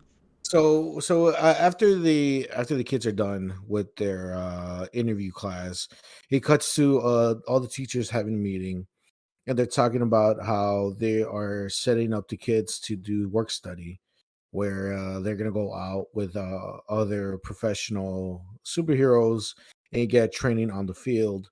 and they're talking about the main reason why is because they're shorthanded, pretty much, on superheroes. That's like the main reason why these kids are getting approved to be sent out on the streets again. Some of the teachers are saying like, "Hey, man, like, it doesn't it feel a little bit too soon? Like, should we wait on this?" But the main reason is why. One of the reasons why is because they need more people on the streets. Pretty much, they don't. There's not no superheroes out there keeping things up and up. So they kind of need the kids to help out. Pretty much, that's kind of like the main reason why um the work study thing is coming back for these kids. That's pretty much the main thing they talked about. I don't think they talked about anything else other than specifically that. Correct me if I'm wrong, right, guys? That's like the main thing they talked Yeah, about that in the meeting. pretty much. And then my favorite part of the whole show came up, the Christmas part. Whoop whoop. It took. Let me see. What point did it jump into the Christmas scene? So 16 minutes in this 23 episode, the Christmas episode actually finally started. And throughout the episode themselves, they're talking about the work study thing. Who are they going to go with? Are they going to go back to the ones they were with beforehand? Are they going to try somebody new? Like, for example, Deku was with what's his name? Night Eye, Night Eye. They're saying like, are you going to go back with him? or to his camp or whatever it is. Agency. Right. There you go. The agency, and I think they said that the agency is with the Centipede guy, right? Didn't he take it over or something like Yeah. that? So they kind of don't know. Just people are just kind of talking about it. They're eating food and hanging out, having a good time. They're all dressed in like Santa gear. I love that all their Santa hats have a different like ornament at the end of the Santa hat. Oh Depending- yeah. I don't know if you guys noticed that, but like depending on each character has a different thing on their hat, which I love that. That was such a cool thing to see. And throughout the episode, they were trying to get Bago to wear the Santa outfits and didn't want to. I thought that was really funny. Like That was really, hilarious. really in touch with his character. He did not want to be part of the celebration. It was a lot of fun. I really enjoyed the whole Christmas aspect of it. And then towards the end, what's his name? Icy Hot came up to Bago and was it? I don't know. Did he bring it up to Deku too? Yeah, all three. Yeah. Or all two. We brought it to both of them and say, "Hey guys, let's do our work study with my dad in Denver." And they're all like, "Yeah, sure, let's do it." I'm pretty sure they agreed to it. But also, throughout the Christmas section of this episode, what's her name? What's the name of this little girl? She shows up. The little girl with the power thing, the horn. Eri, Aaron, Airy, baby. Eri shows up and she actually made me laugh a couple times. So she kept going through all the holidays. She got there. She was like trick or treat, and she was giving out Easter eggs and just really fucking up the holiday. I love that. That was really funny of her. Just going through all the holidays. What's his name? Millennium wasn't there. He's hanging out with his friend, his class. For their Christmas celebration. I mean, that's pretty much it. That happened, right? Like, I'm not skipping anything. Yeah, I mean, it's just big build up for like the continuation of the season, and I will say one thing I'm not a fan of.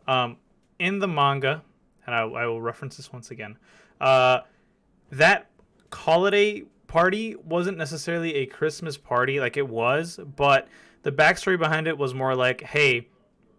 Deco and the Million like had a conversation with Eri, and Eri kind of explained like she's like, when I was with Overhaul, I never celebrated a birthday or celebrated a holiday or celebrated really anything at all. Like I was always just stuck and being tormented in that room, and being they just used my blood for bullets and all that stuff.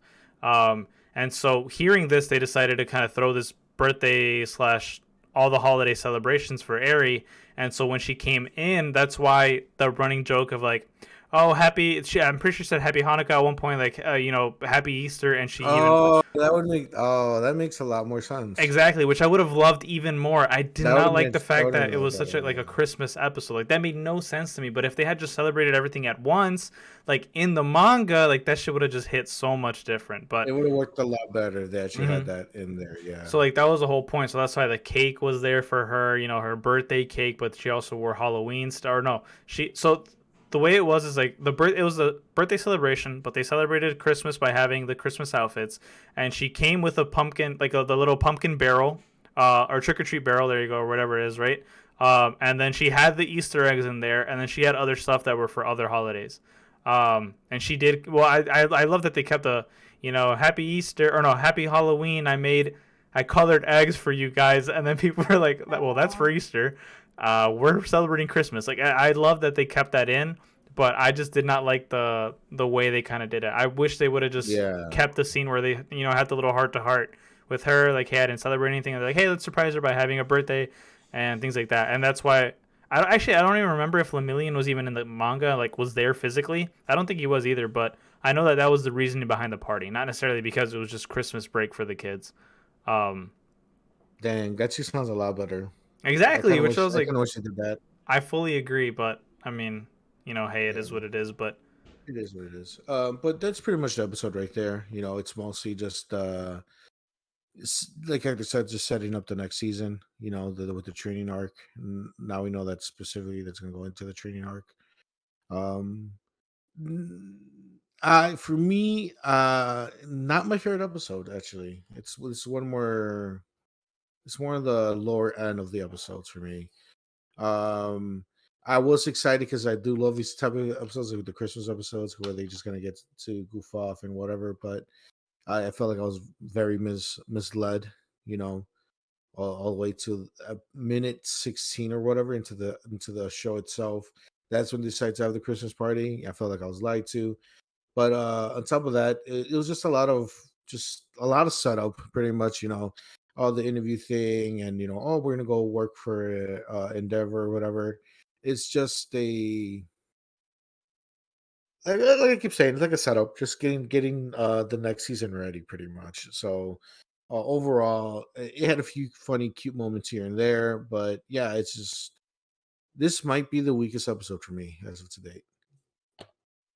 ooh,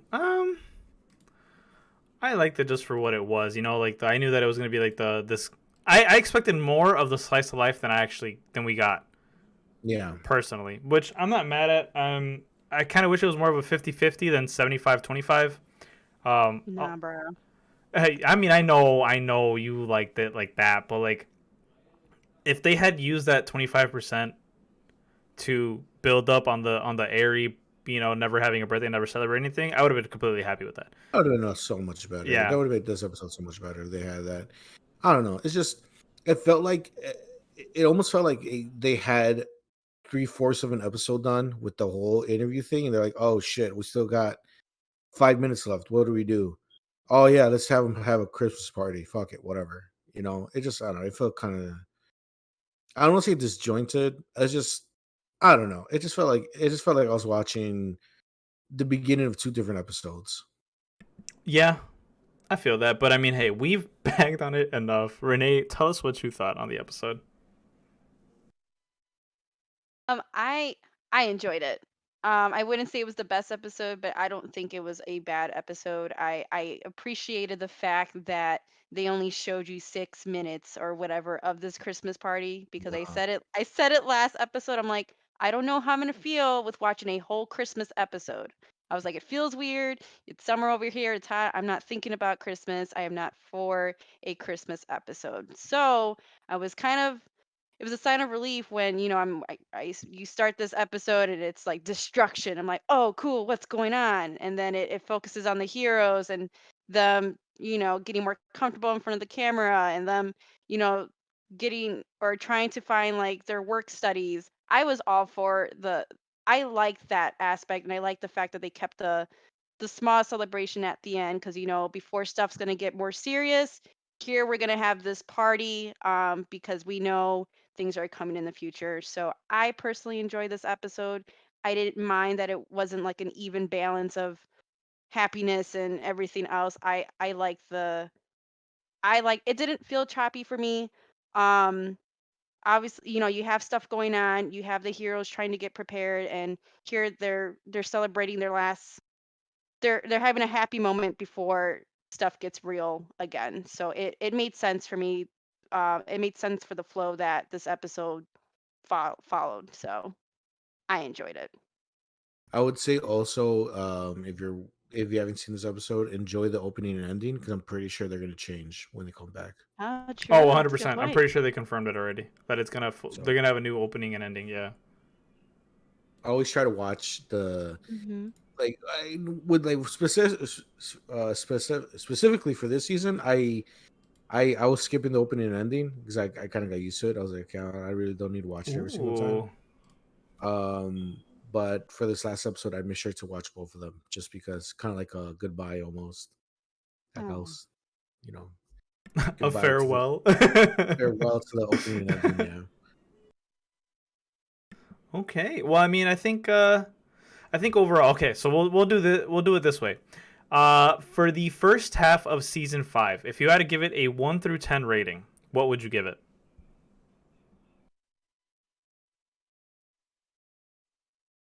I'll give it an 8.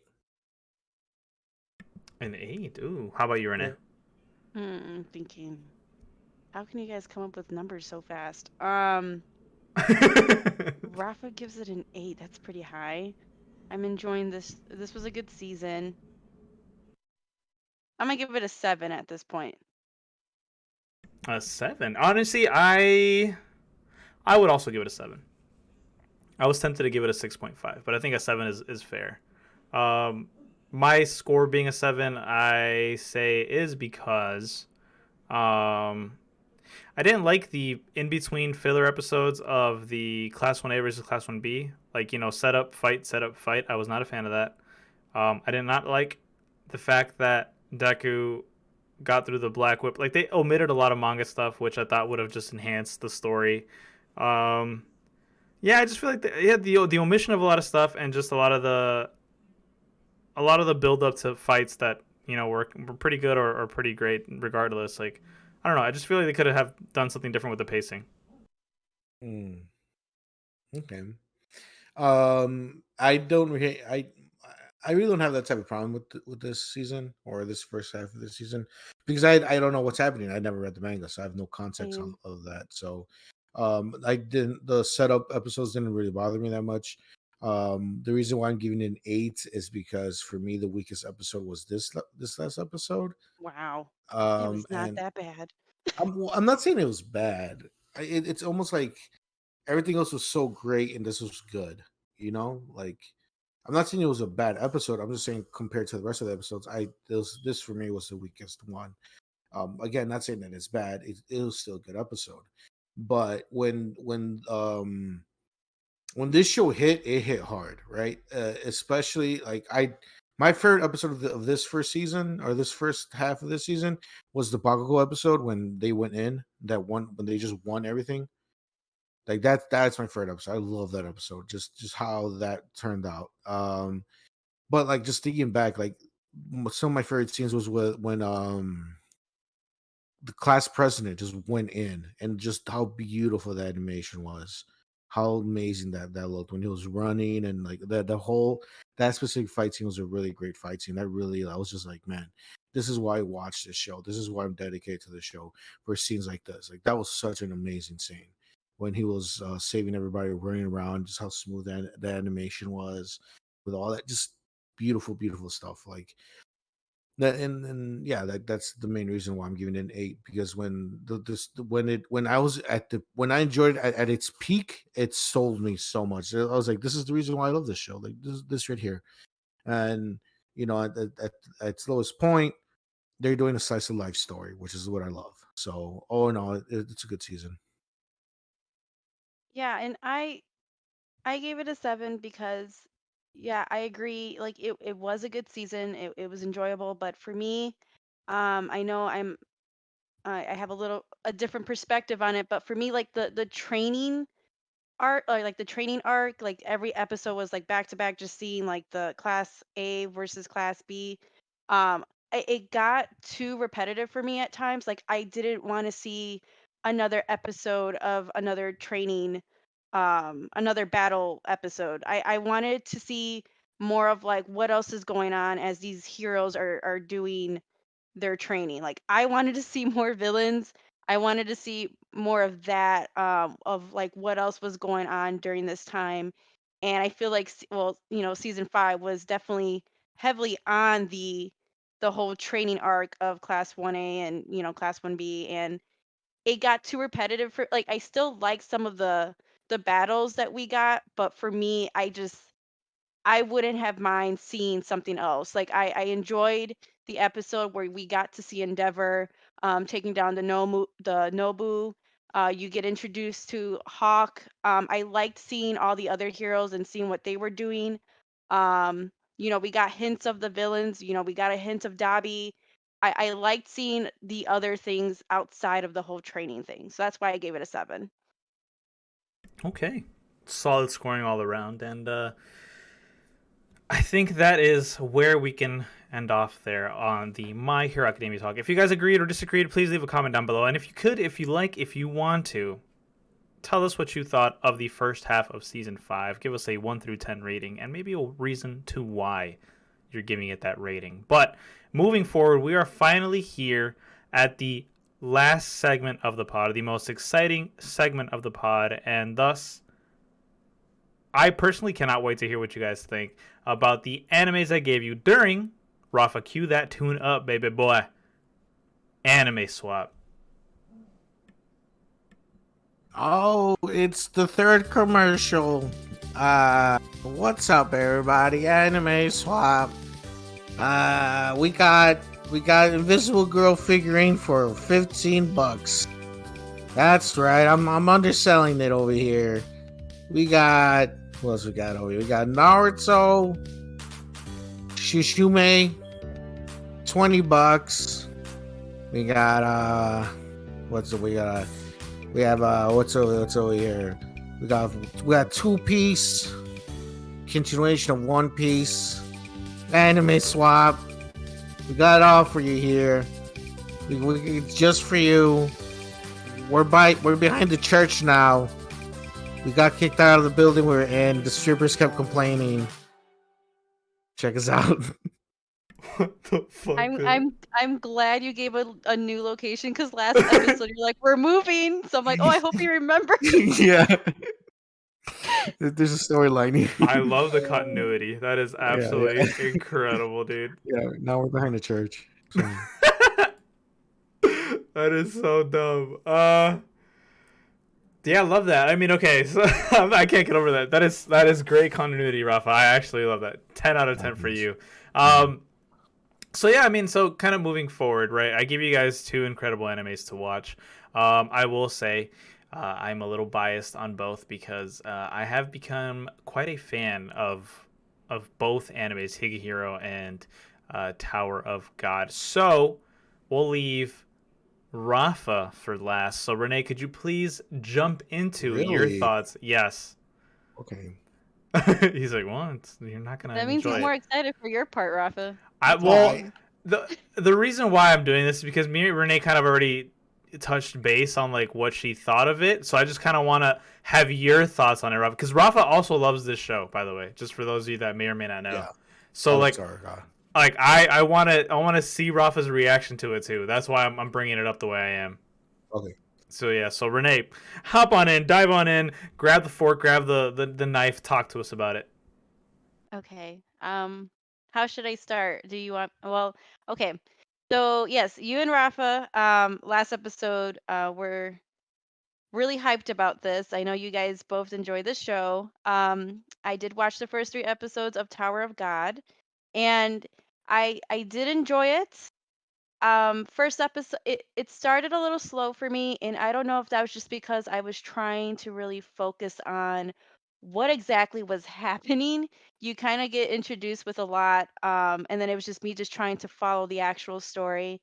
But from what I was able to get, the show seems to center around Bam, who gets into this tower, and his whole goal is to essentially um, he's trying to meet up again with Rachel, um, who they seem to have some sort of like there's some sort of chemistry there. You see it in the beginning, and she ends up kind of leaving him behind. You kind of see her turn like just vanish type of thing, and she turns into these rose flower petals, leaving Bam behind because she went to the top of the tower.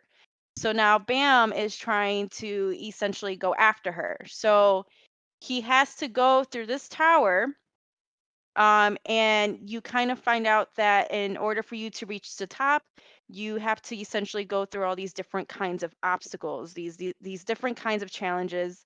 And I know we've mentioned it last episode, but I definitely got like Hunger Games vibes from this show, which was actually really cool because I actually really like Hunger Games. But it was the whole survival of the fitness type thing. Bam, it's no longer just Bam competing to get to the top of the tower. Him, as well as other like contestants are trying to win these rounds to essentially get to the top. And for those who haven't seen it, I'm under. Hopefully, I'm getting this correctly, but if you get to the top of the tower, like you're able to like you're there, you essentially get whatever you want. Like you get granted any wish. Is that correct? Am I understanding that correctly? Yeah. Okay, cool. So, and then obviously Bam wants to he's doing this for Rachel. He wants to see her again. So he's going to do whatever it takes to see her. So, he's not the strongest of the bunch, but we do know that he's special in some way. Um, you get introduced to some of the characters, and the characters are really cool. Like you have like the Princess of Jihad that he gets introduced to in the beginning, and she has like all these cool weapons, and she ends up like giving him like this powerful sword that actually kind of helps him get through some of these obstacles. And in I think it was like the second obstacle, it's like this is where I got the Hunger Game vibes because you essentially have all these contestants like in the field, and like I think there's like 400 plus of them, and the objective is to get it down to like 200 or something like that. So you have these people killing each other, trying to survive, trying to save, make it to the next round. um and Bam's not the he's not the strongest. He's been put in a couple of situations where like it was literally life or death. He runs into, and I don't know their names. He runs into like this alligator type of looking guy, tough swole guy. He's not even a guy. He's like an actual like creature. And the guy with the like white hair with like the little blue streak. I think it's like his name's Kun or Kun or something like that. Um and they essentially become a group, and like they move to the next obstacle, and that's kind of like where I'm at. um it it was good. It was good. I was talking to Hector a little bit about it. I just don't know if like me just watching the first 3 episodes was enough. Like I enjoyed it, but I still don't know how I feel about it, so I think I just have to like watch the next episode, because I at the end of episode 3, um you spoiler alerts, I think Bam ends up seeing Rachel on the other side or something, and that's how it kind of ends, like he sees her. So I'm kind of curious to know what that's all about. Hmm. But it's good. I feel like you guys hyped it a little bit?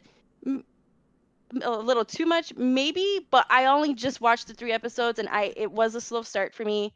Still enjoyable. I do want to continue watching it to see if things get, I don't know, just to see if things get picked up a little bit more, which I'm sure it does, but not a bad watch.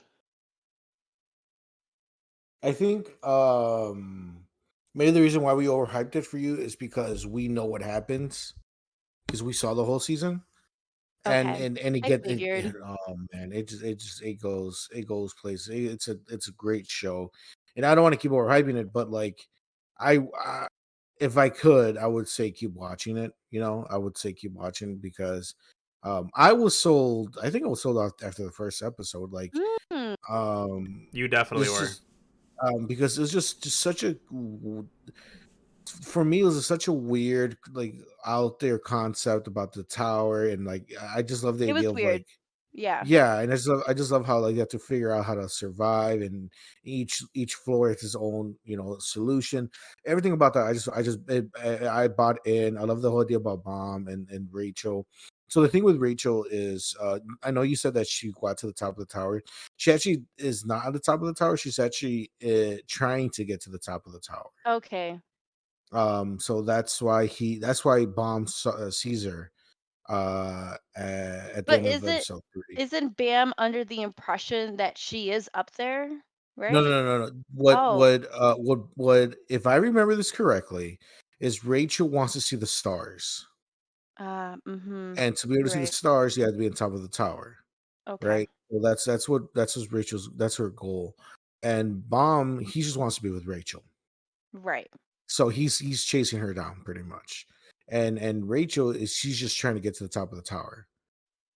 So and like I said, you get to the top of the tower, you get whatever wish you want, but whatever you get your dreams granted, pretty much.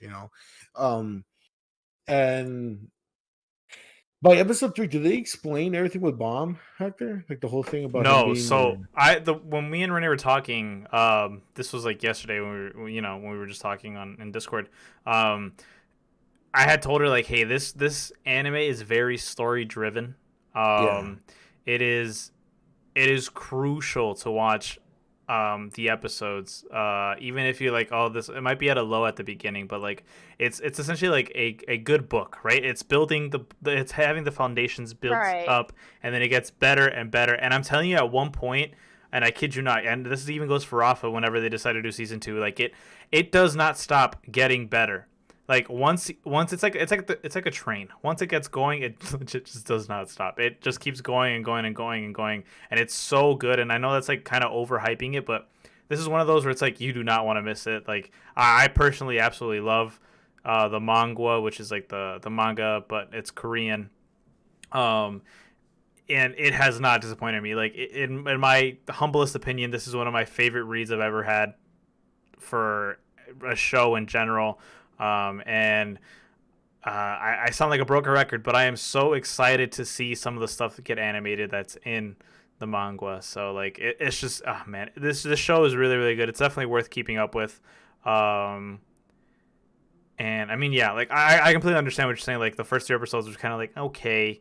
Um, Personally, I thought the scene where the wall was supposed to push everybody back, and Bam just somehow is on the opposite side. Like, hey, I'll just walk back over there, no problem. Like, I think that was might have been a mistake. And then the guy that's holding the test is just like a monster has entered the tower. Like, holy, that shit was so fucking right, hype. exactly. That was so cool to see. Yeah.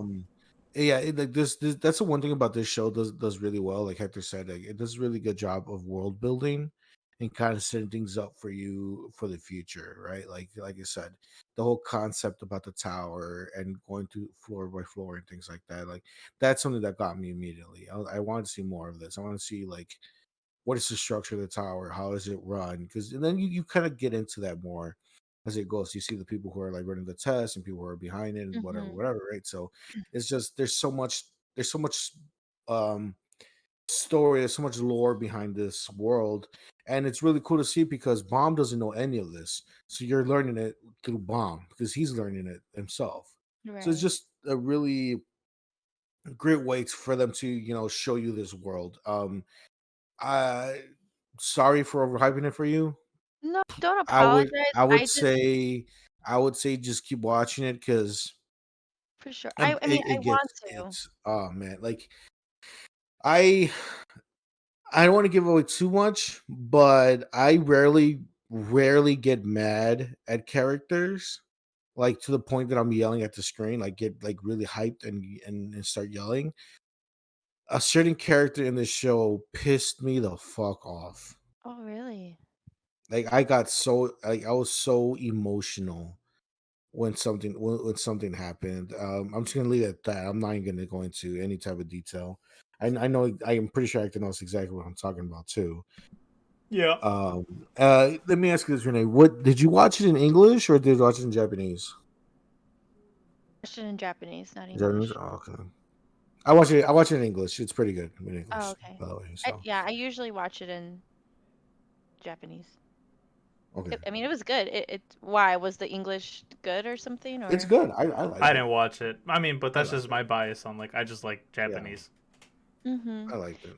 No, guys, I mean, I enjoyed it. I guess I just maybe thought I would be hooked on the first episode. Like when I Mm, start watching shows, I guess the first episode is what does it for me. Like I know we do the 3 episode rule, but like for me, like I use the shows that I have been watching, the first episode, like Fire Force, for example. I was already hooked like episode 1. You know, there was already so much going on.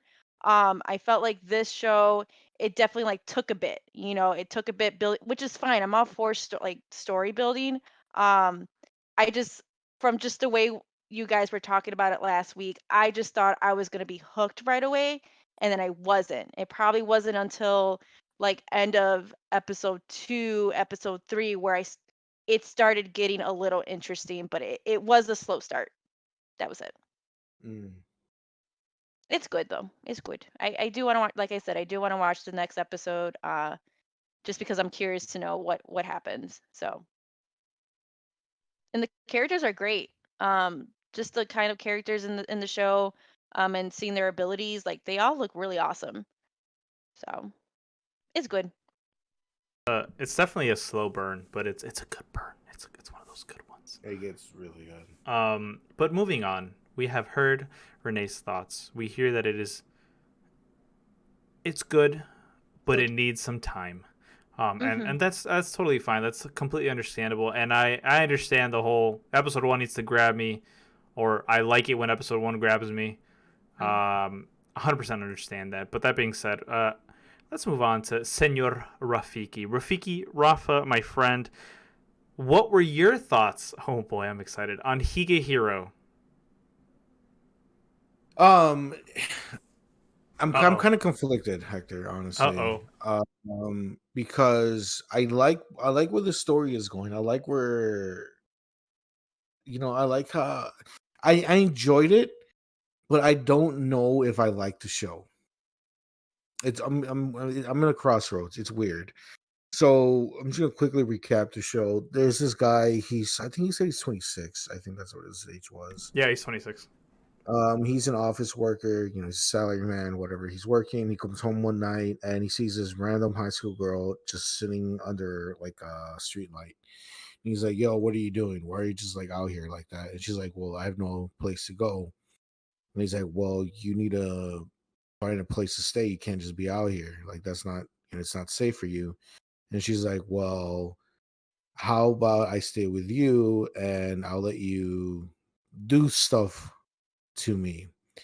And dude's like, "Bro, like I'm not with that. No, I'm not gonna do that." And she's like, "Well, then I'm just gonna stay with you." So he pretty much lets her stay with him, right? This is episode 1, and so this is I skipped a part. This is right after the main guy gets dumped by his boss. Well, not dumped, but gets rejected. Um, the main guy he asked out his main boss was it to a date or did he just ask her out like to be No, his like he girlfriend? straight up asked her to be his girlfriend, but then also said, "Hey, do you want to come back to my place?" And He was trying that's to get some, right? yeah, yeah. Yeah. And his boss is like, "No, I have a boyfriend. Thanks, but not, bro. You're like a brother." I don't know. She just rejected him, and he was all hurt or whatever. He was feeling all salty. So he's at home. This girl's like in this place, and he's all like, what, like, why are you on the streets, pretty much, right? And she said that she ran away from home like 6 months. It's been 6 months. She ran away from home. It was like half a year, right? And I'm just like, damn, what the fuck you been doing out here for a whole 6 months? You know, like what the fuck? But anyways, so he's like, all right, bro, like you can stay here for the night, but in the morning you need to get the hell out. That's what the guy told the girl. And the girl was like, oh, like, so are we gonna bang or what, dude? And and the guy's like, no, like I'm not interested. Like you're a kid. Like you are not into that. I'm into older women with big boobs. That's literally what he said. Um so then she starts like undressing and she's like trying to like she's pretty much putting the moves on him, and he's all like, bro, like, and then he's like, dude, get off of me. Like I told you I'm not with that. You know, I don't want to do stuff like that with you. And he asked her like, are you like, do you want to do this? Like, why are you being so aggressive? And she's saying like, no, I she said like, no, I don't want to do it, but like I need to repay you back for letting me stay here, pretty much. So that was her reasoning. And she said like, the only thing I have worth of value is my body. That's what she was saying, right? And the dude was just like, bro, he was super drunk too, right? Because he was like super sad that he got rejected. He's like, the only thing I want is miso soup. So it's like, stop asking me to fuck you. So then he knocks out. He wakes up in the morning and the girl cooked him miso soup. She had like a whole bowl for him ready, whatever. So continuing on, this guy knows that he should not have this girl around him, but he kind of, it's weird, man, because like he's risking a lot by what he's doing right now. Because like, yeah, his heart's in a good place, and yes, he's trying to like help her out and he's taking her off the streets or whatever. But he's a stranger. He's a grown man taking in this teenage girl. If the cops find out, he's going to jail immediately. It doesn't matter what he says.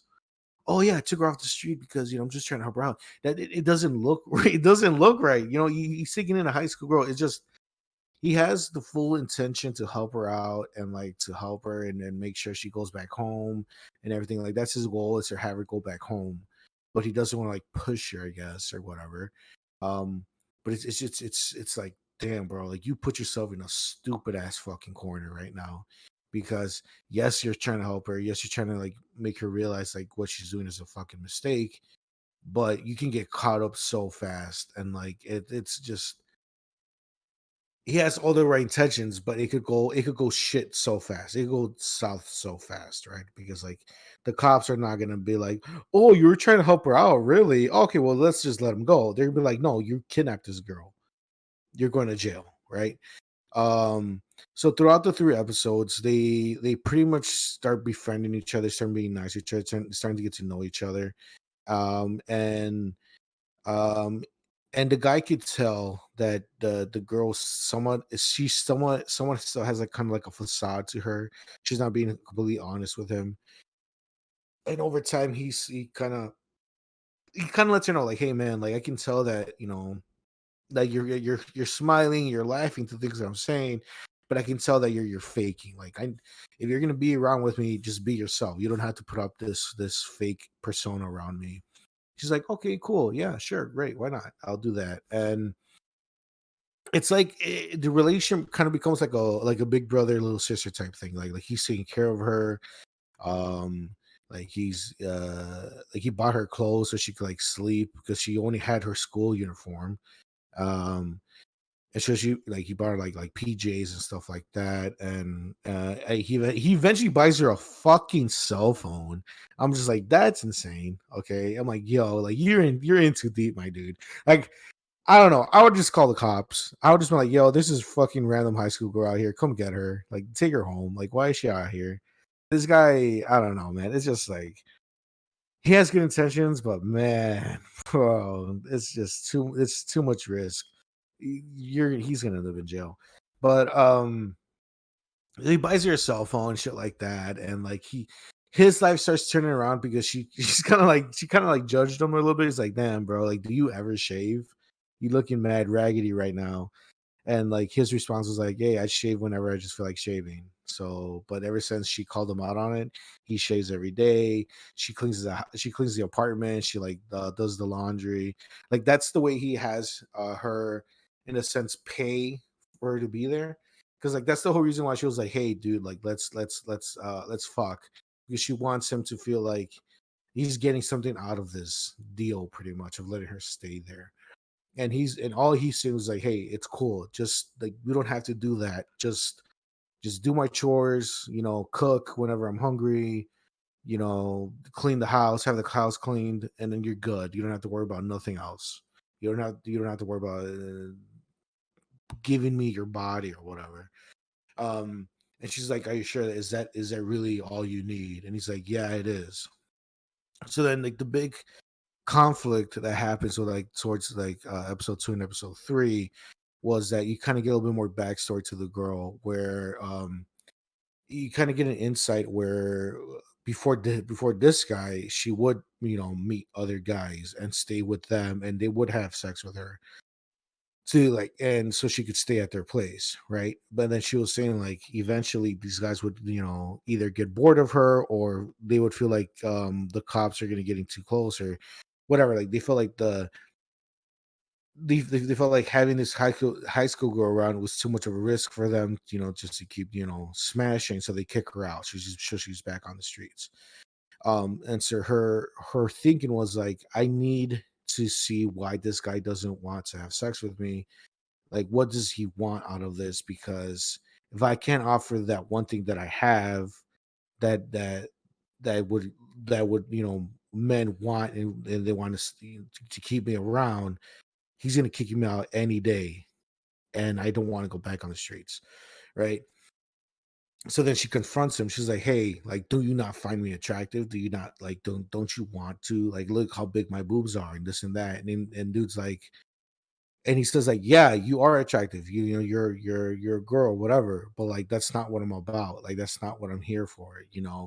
Like I told you, I like older women, whatever. Like, I'm not looking for that from you. Like, I just need you to be you, and eventually, once you're ready to go home, then you'll go home. But as of up to that, just be my friend." In a sense, he says, "I just need companionship. I just need someone to hang around with." Pretty much, that's what he says. Says in episode 3. Like, and she's like, "Oh man, we're both losers, huh?" And dude's like, "Yeah, I guess we are." So, um, I think that's pretty much the recap of them. There's other characters too, like the boss, and there's another character, another co-worker of his. It's this short hair, this girl with like short hair. I like her. She's awesome. Like they kind of have like a thing going on, like kind of like a flirtatious relationship. They're not actually together or anything, but like she's being a lot more aggressive. Like, "Hey, I like you, whatever." And he's kind of like, "Shut up, stupid." Like he's not like accepting it or whatever. Um, it's I don't know, man. I'm really conflicted. Like I like where it's going. I want them to become better. Like the guy, he's already becoming a better person. Like he like that they point that out in the show, you know. And I want this girl to go home, right? I wanted to go back to her family because she said herself, like, "I have a great family. I have an awesome family life. If you do, then why the fuck are you out here? Why did you run away for 6 months? Like, what's happening right now?" And she doesn't tell him. That's the thing. And I can understand, like, maybe she doesn't want to tell him. Maybe she's not ready to tell him about all that stuff. And he can't like pry it out of her, right? She's not gonna tell him. So I guess by befriending her and gaining her trust, eventually she'll tell him like what's happening. Okay, that's fine. But like, man, I don't know. It's just I don't wanna say it's a hard buy. It's just that like I really don't know how I feel. I feel like I need to watch another episode or two to really get the feeling of this show to see if I really am gonna enjoy it. Episode 4, it looks like she's gonna get a job, and that's what that one other character is gonna show up from the opening. Or I'm assuming that's gonna be her friend, the blonde haired girl. Um, I don't know. I don't know. I'm indecisive. I don't have an answer for you yet, Hector. I need to see another episode or two to really feel how if I'm gonna like this, because I did enjoy like their interaction. They have good chemistry between both of them and everything, and I like their interactions or whatever for the most part. but I guess the premise itself is like the main thing that's kind of keeping me from buying in to really saying, yeah, this is some cool shit.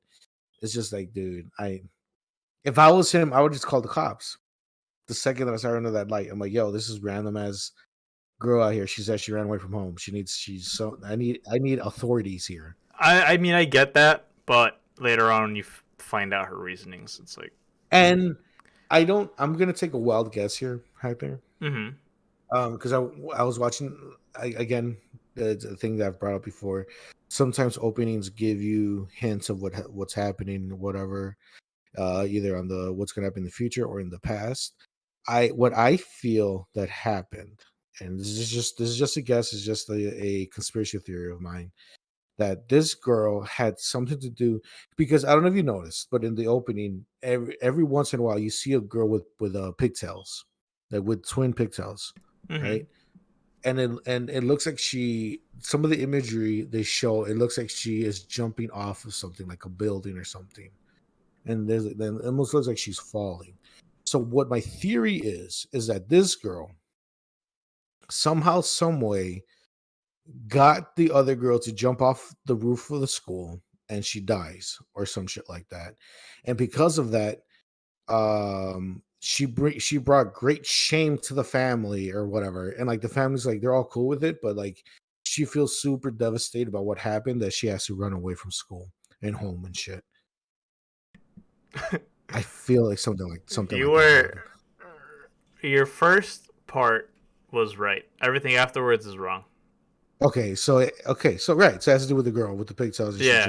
She jumps off. That part is 100% right. As for the reasoning and everything, you are completely off. Okay, is she okay? So the main girl is not she doesn't feel like a sadness or like burden because of what happened. She feels burdened, but not for the reason you said. Like, I don't want to spoil it in case you don't spoil it for me. Don't spoil it for me. But she feels burdened, and here's the thing: you got some of the stuff right, but not right. If you get what I'm saying, like you're on the right trail, but what you said was wrong. Like the beginning half, great. Some of the stuff you said at the end was like you're on the right trail, but you were wrong. Well, that's what I figure. I feel like almost like maybe she got blamed for it because this girl jumped off the school or whatever, and like maybe because of that, she feels like there's too much pressure on her, with the school, with the community, with her family, and maybe that's why she left. I don't know. I'm kind of like in that area of like what I think happens. That's definitely closer, so not bad. Woo! Yeah, baby. Hey. Overall, I don't know. That very long-winded explanation just for I don't know. I mean, I feel that though. I feel that heavily. Like, personally, I actually really enjoyed it. It was a surprising anime that was nowhere fucking near my radar, especially because of the name. Right. Yeah, the name itself was just like, all right, cool. Now I'm watching that one next. But I mean, yeah, very surprised. I am not surprised at the fact that this is one of the most like favorite animes of the season. Currently where I'm at. There are definitely a lot of moments where remember Kazuya from fucking Rent a Girlfriend, where you're just like yelling at the guy and you're just mad at him. You have a few scenes like that. But besides that, I mean, okay, and I don't know, and I think Renee gave Taragata a 6 out of 10. I don't even remember. Yeah. Okay. 6 out of 10. All right. I think 6 out of 10 is pretty good. Yeah. I don't know, Hector. It's just I like I said, I did enjoy it. I did enjoy the episodes. I do want to see a little bit more of it just to kind of get out how I feel about it. It's just, I don't know, man. It's just, would someone actually do that? I feel like someone just would call the police. I think that they would they wouldn't do that. Sorry, rather. They would not do that. They would instantly call the police. There are some outlandish shit that happens in the show later on. You'll see, and you're just like, bro, what? Like, how is that allowed? Also, people who interact with you and hear about that situation would be like, hey, yo, that's a red fucking flag. You should probably just call the cops. Right. Like, his friend was like, oh, okay, I guess. I'm like, yeah, someone's like, you know what could happen, right? And he's like, yeah. And he's like, okay, as long as you know. Like, no, like if he was your friend, he would be like, exactly. It's just like, I don't know. I guess that's the main reason why I'm not like 100% on board with this. Is just that there's so much risk It's not in this realistic. scenario, and it's not exactly. It's not realistic. Like he's risking literally everything. He's risking his job. He's literally risking his freedom. He will go to jail. He has the best intentions in the fucking world. It seems like he just wants to help out this girl, but the way he's going about it, bro, like you will end up in jail, dude. You will lose everything. And great, you didn't have sex with her, awesome. But the cops don't give a fuck about that. They're gonna be like, why do you have this girl who ran away from her home in your apartment? It's just like there's no way out of it. You can't. It doesn't matter what the fuck you say. You're done. You're done at that point. And on top of that, like his friend was just like, hey man, be careful. Like, such a great friend you are. Thanks. Yeah, Like, it's a I tough don't know. sell, but I mean I get it. I get why I don't know, but I mean let's move on from my picks and move on to, I believe it's Rafa then Renee, right? Or is it Renee then Rafa? Wait, It what? started. I think it's Rafa's me. turn I for think Oh, it's okay, me. yeah, it's Rafa's turn. Oh yeah, because you're always. Oh yeah, It's yeah, me. yeah, yeah, yeah, yeah. Okay, go ahead, Rafa. Let us know what you think. What not what you think. What are our picks for us, Rafa? Okay, I know for a fact Renee has not seen this, and hopefully I didn't recommend this to you, Hector. And I've brought it up before on the show a couple of times. I'm hoping you guys enjoy it. It is an older anime, so you guys might have trouble with the animation because you guys are just like that for whatever reason. Yep, it's Oreo 2 out of 10. 2 out of 10. It's called Black Lagoon. You mentioned it, but I've never Yeah. seen it. Hector, did I make you watch this? No, we've talked about it. I've never watched it. Actually, wait, Great. hold on. Let me look Good. at it quick. I mean, yeah, keep going. Do your So thing, baby girl. pretty much it follows this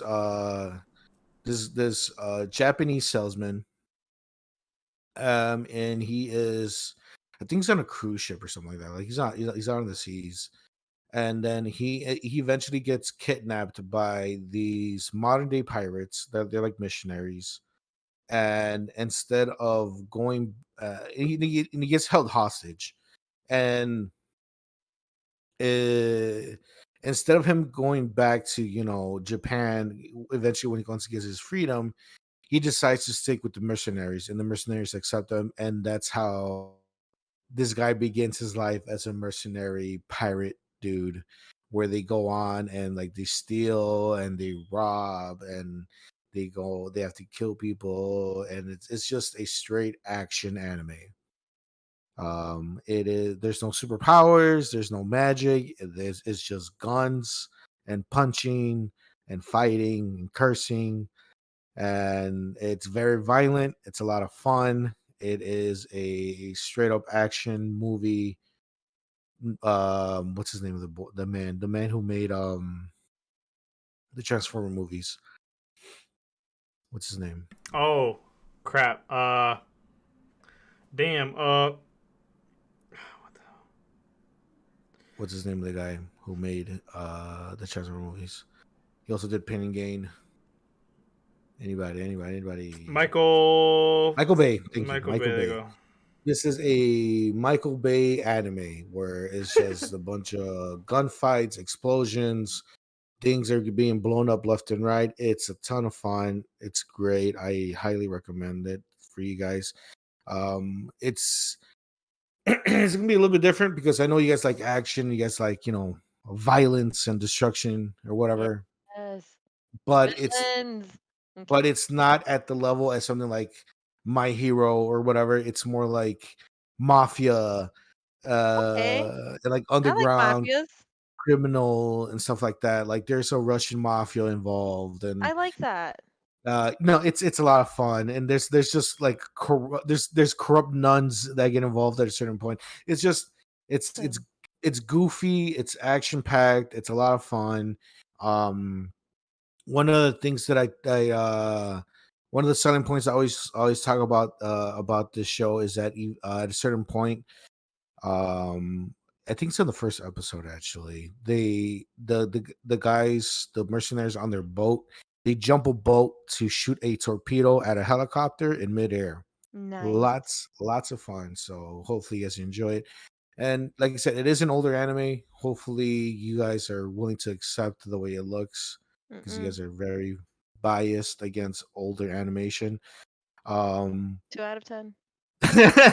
but it's a lot of fun. This is one of the first animes I've ever seen back in the day when I was, you know, experiencing anime for the first time. I really enjoyed this anime a lot. So hopefully you guys enjoy it. If you guys are curious, the English dub also works really well for this one. If you do decide to go down that route. But either way, it's a good anime. So Where is it hopefully. streaming on? Ooh. So that is I good. actually just did the research. Don't worry about it. I did that while we were talking, and it is only on Hulu. I Oh, there got you go. Hulu. Okay. There you sounds go. good. Yeah, I checked every single anime, like HBO Max, Funimation, Crunchyroll. It was only on Hulu. Ah, I recognize the thumbnail. Oh no, 100% have seen this. The thumbnail, the characters. I've 100% seen the characters. I'm actually pretty sure I have Black Lagoon coasters that I got from like the, what was it, like those anime boxes? The The, anime boxes, yeah. the loot crates. There you go. The anime loot crates. Yeah. Yeah, I The got. art. Oh, go on. No, go ahead. No, from just what I'm seeing on Rafa's screen, the artwork, like the art style, doesn't look bad. Okay. Yeah, it's not as bad as you Yeah. were making it seem. Well, I'm just saying it's an older anime.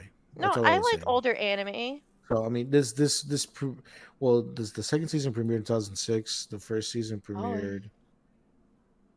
This was the like first early early animes. Yeah, 2006. 2006 is when it back in the day. I mean, so yeah, it's really cool. It's there's 2 seasons and then there's a movie. And the movie is it's more newer, so the animation's a lot better. And oh man, the movie it gets crazy too. Like it's called Robota's Blood Trail. Oh man, this is right here. Woo! The movie is so good. Sauce, love that. Oh, it's so good. But yeah, so Cool. I'm looking forward to watching it for Yeah. sure. I think I've Hopefully definitely you heard of this enjoy show it. before. Like 100% I've heard of it. Hopefully you guys enjoy it, man. And it's not the world itself, it's not, tied to like how most anime are like they're in Japan or whatever. Like it's not nowhere near that. Like they go around the whole world. It's a good time. It's a good time. So see action. So yep. All right. Well, that is it for this episode of the Bento Boxcast, everybody. Thank you so much for tuning in and having this chat with us about anime and all things surrounding what we love. If you guys did enjoy the pod, please don't forget to leave a like, share, and subscribe. Make sure to retweet our tweet when this goes live, or even if it's not live on, when you're watching it, just go to the page, retweet, follow, like the Twitter page, hit the bell notification on both YouTube and on Twitter to see when we post, and follow us on all the audio platforms like Spotify, Apple Podcasts, or wherever you love to watch, or rather listen to the podcast, or to your podcast, to your audio, things like that. With that being said, we, I believe, have 2 shout-outs to you guys. The 2 shout-outs that we always have, and I will start off with the best Etsy page on all of Etsy. Trust me, you're going to want to check them out. Artisan Gamer is going to be in the description down below. You can get your incredible mugs, and I actually did hear today from a little birdie saying that they were working on some mugs, which is really dope. So definitely check them out. You're going to want to check it out for sure. Why is there a banana on my screen? There's a caught banana. Anyways, that's besides the point.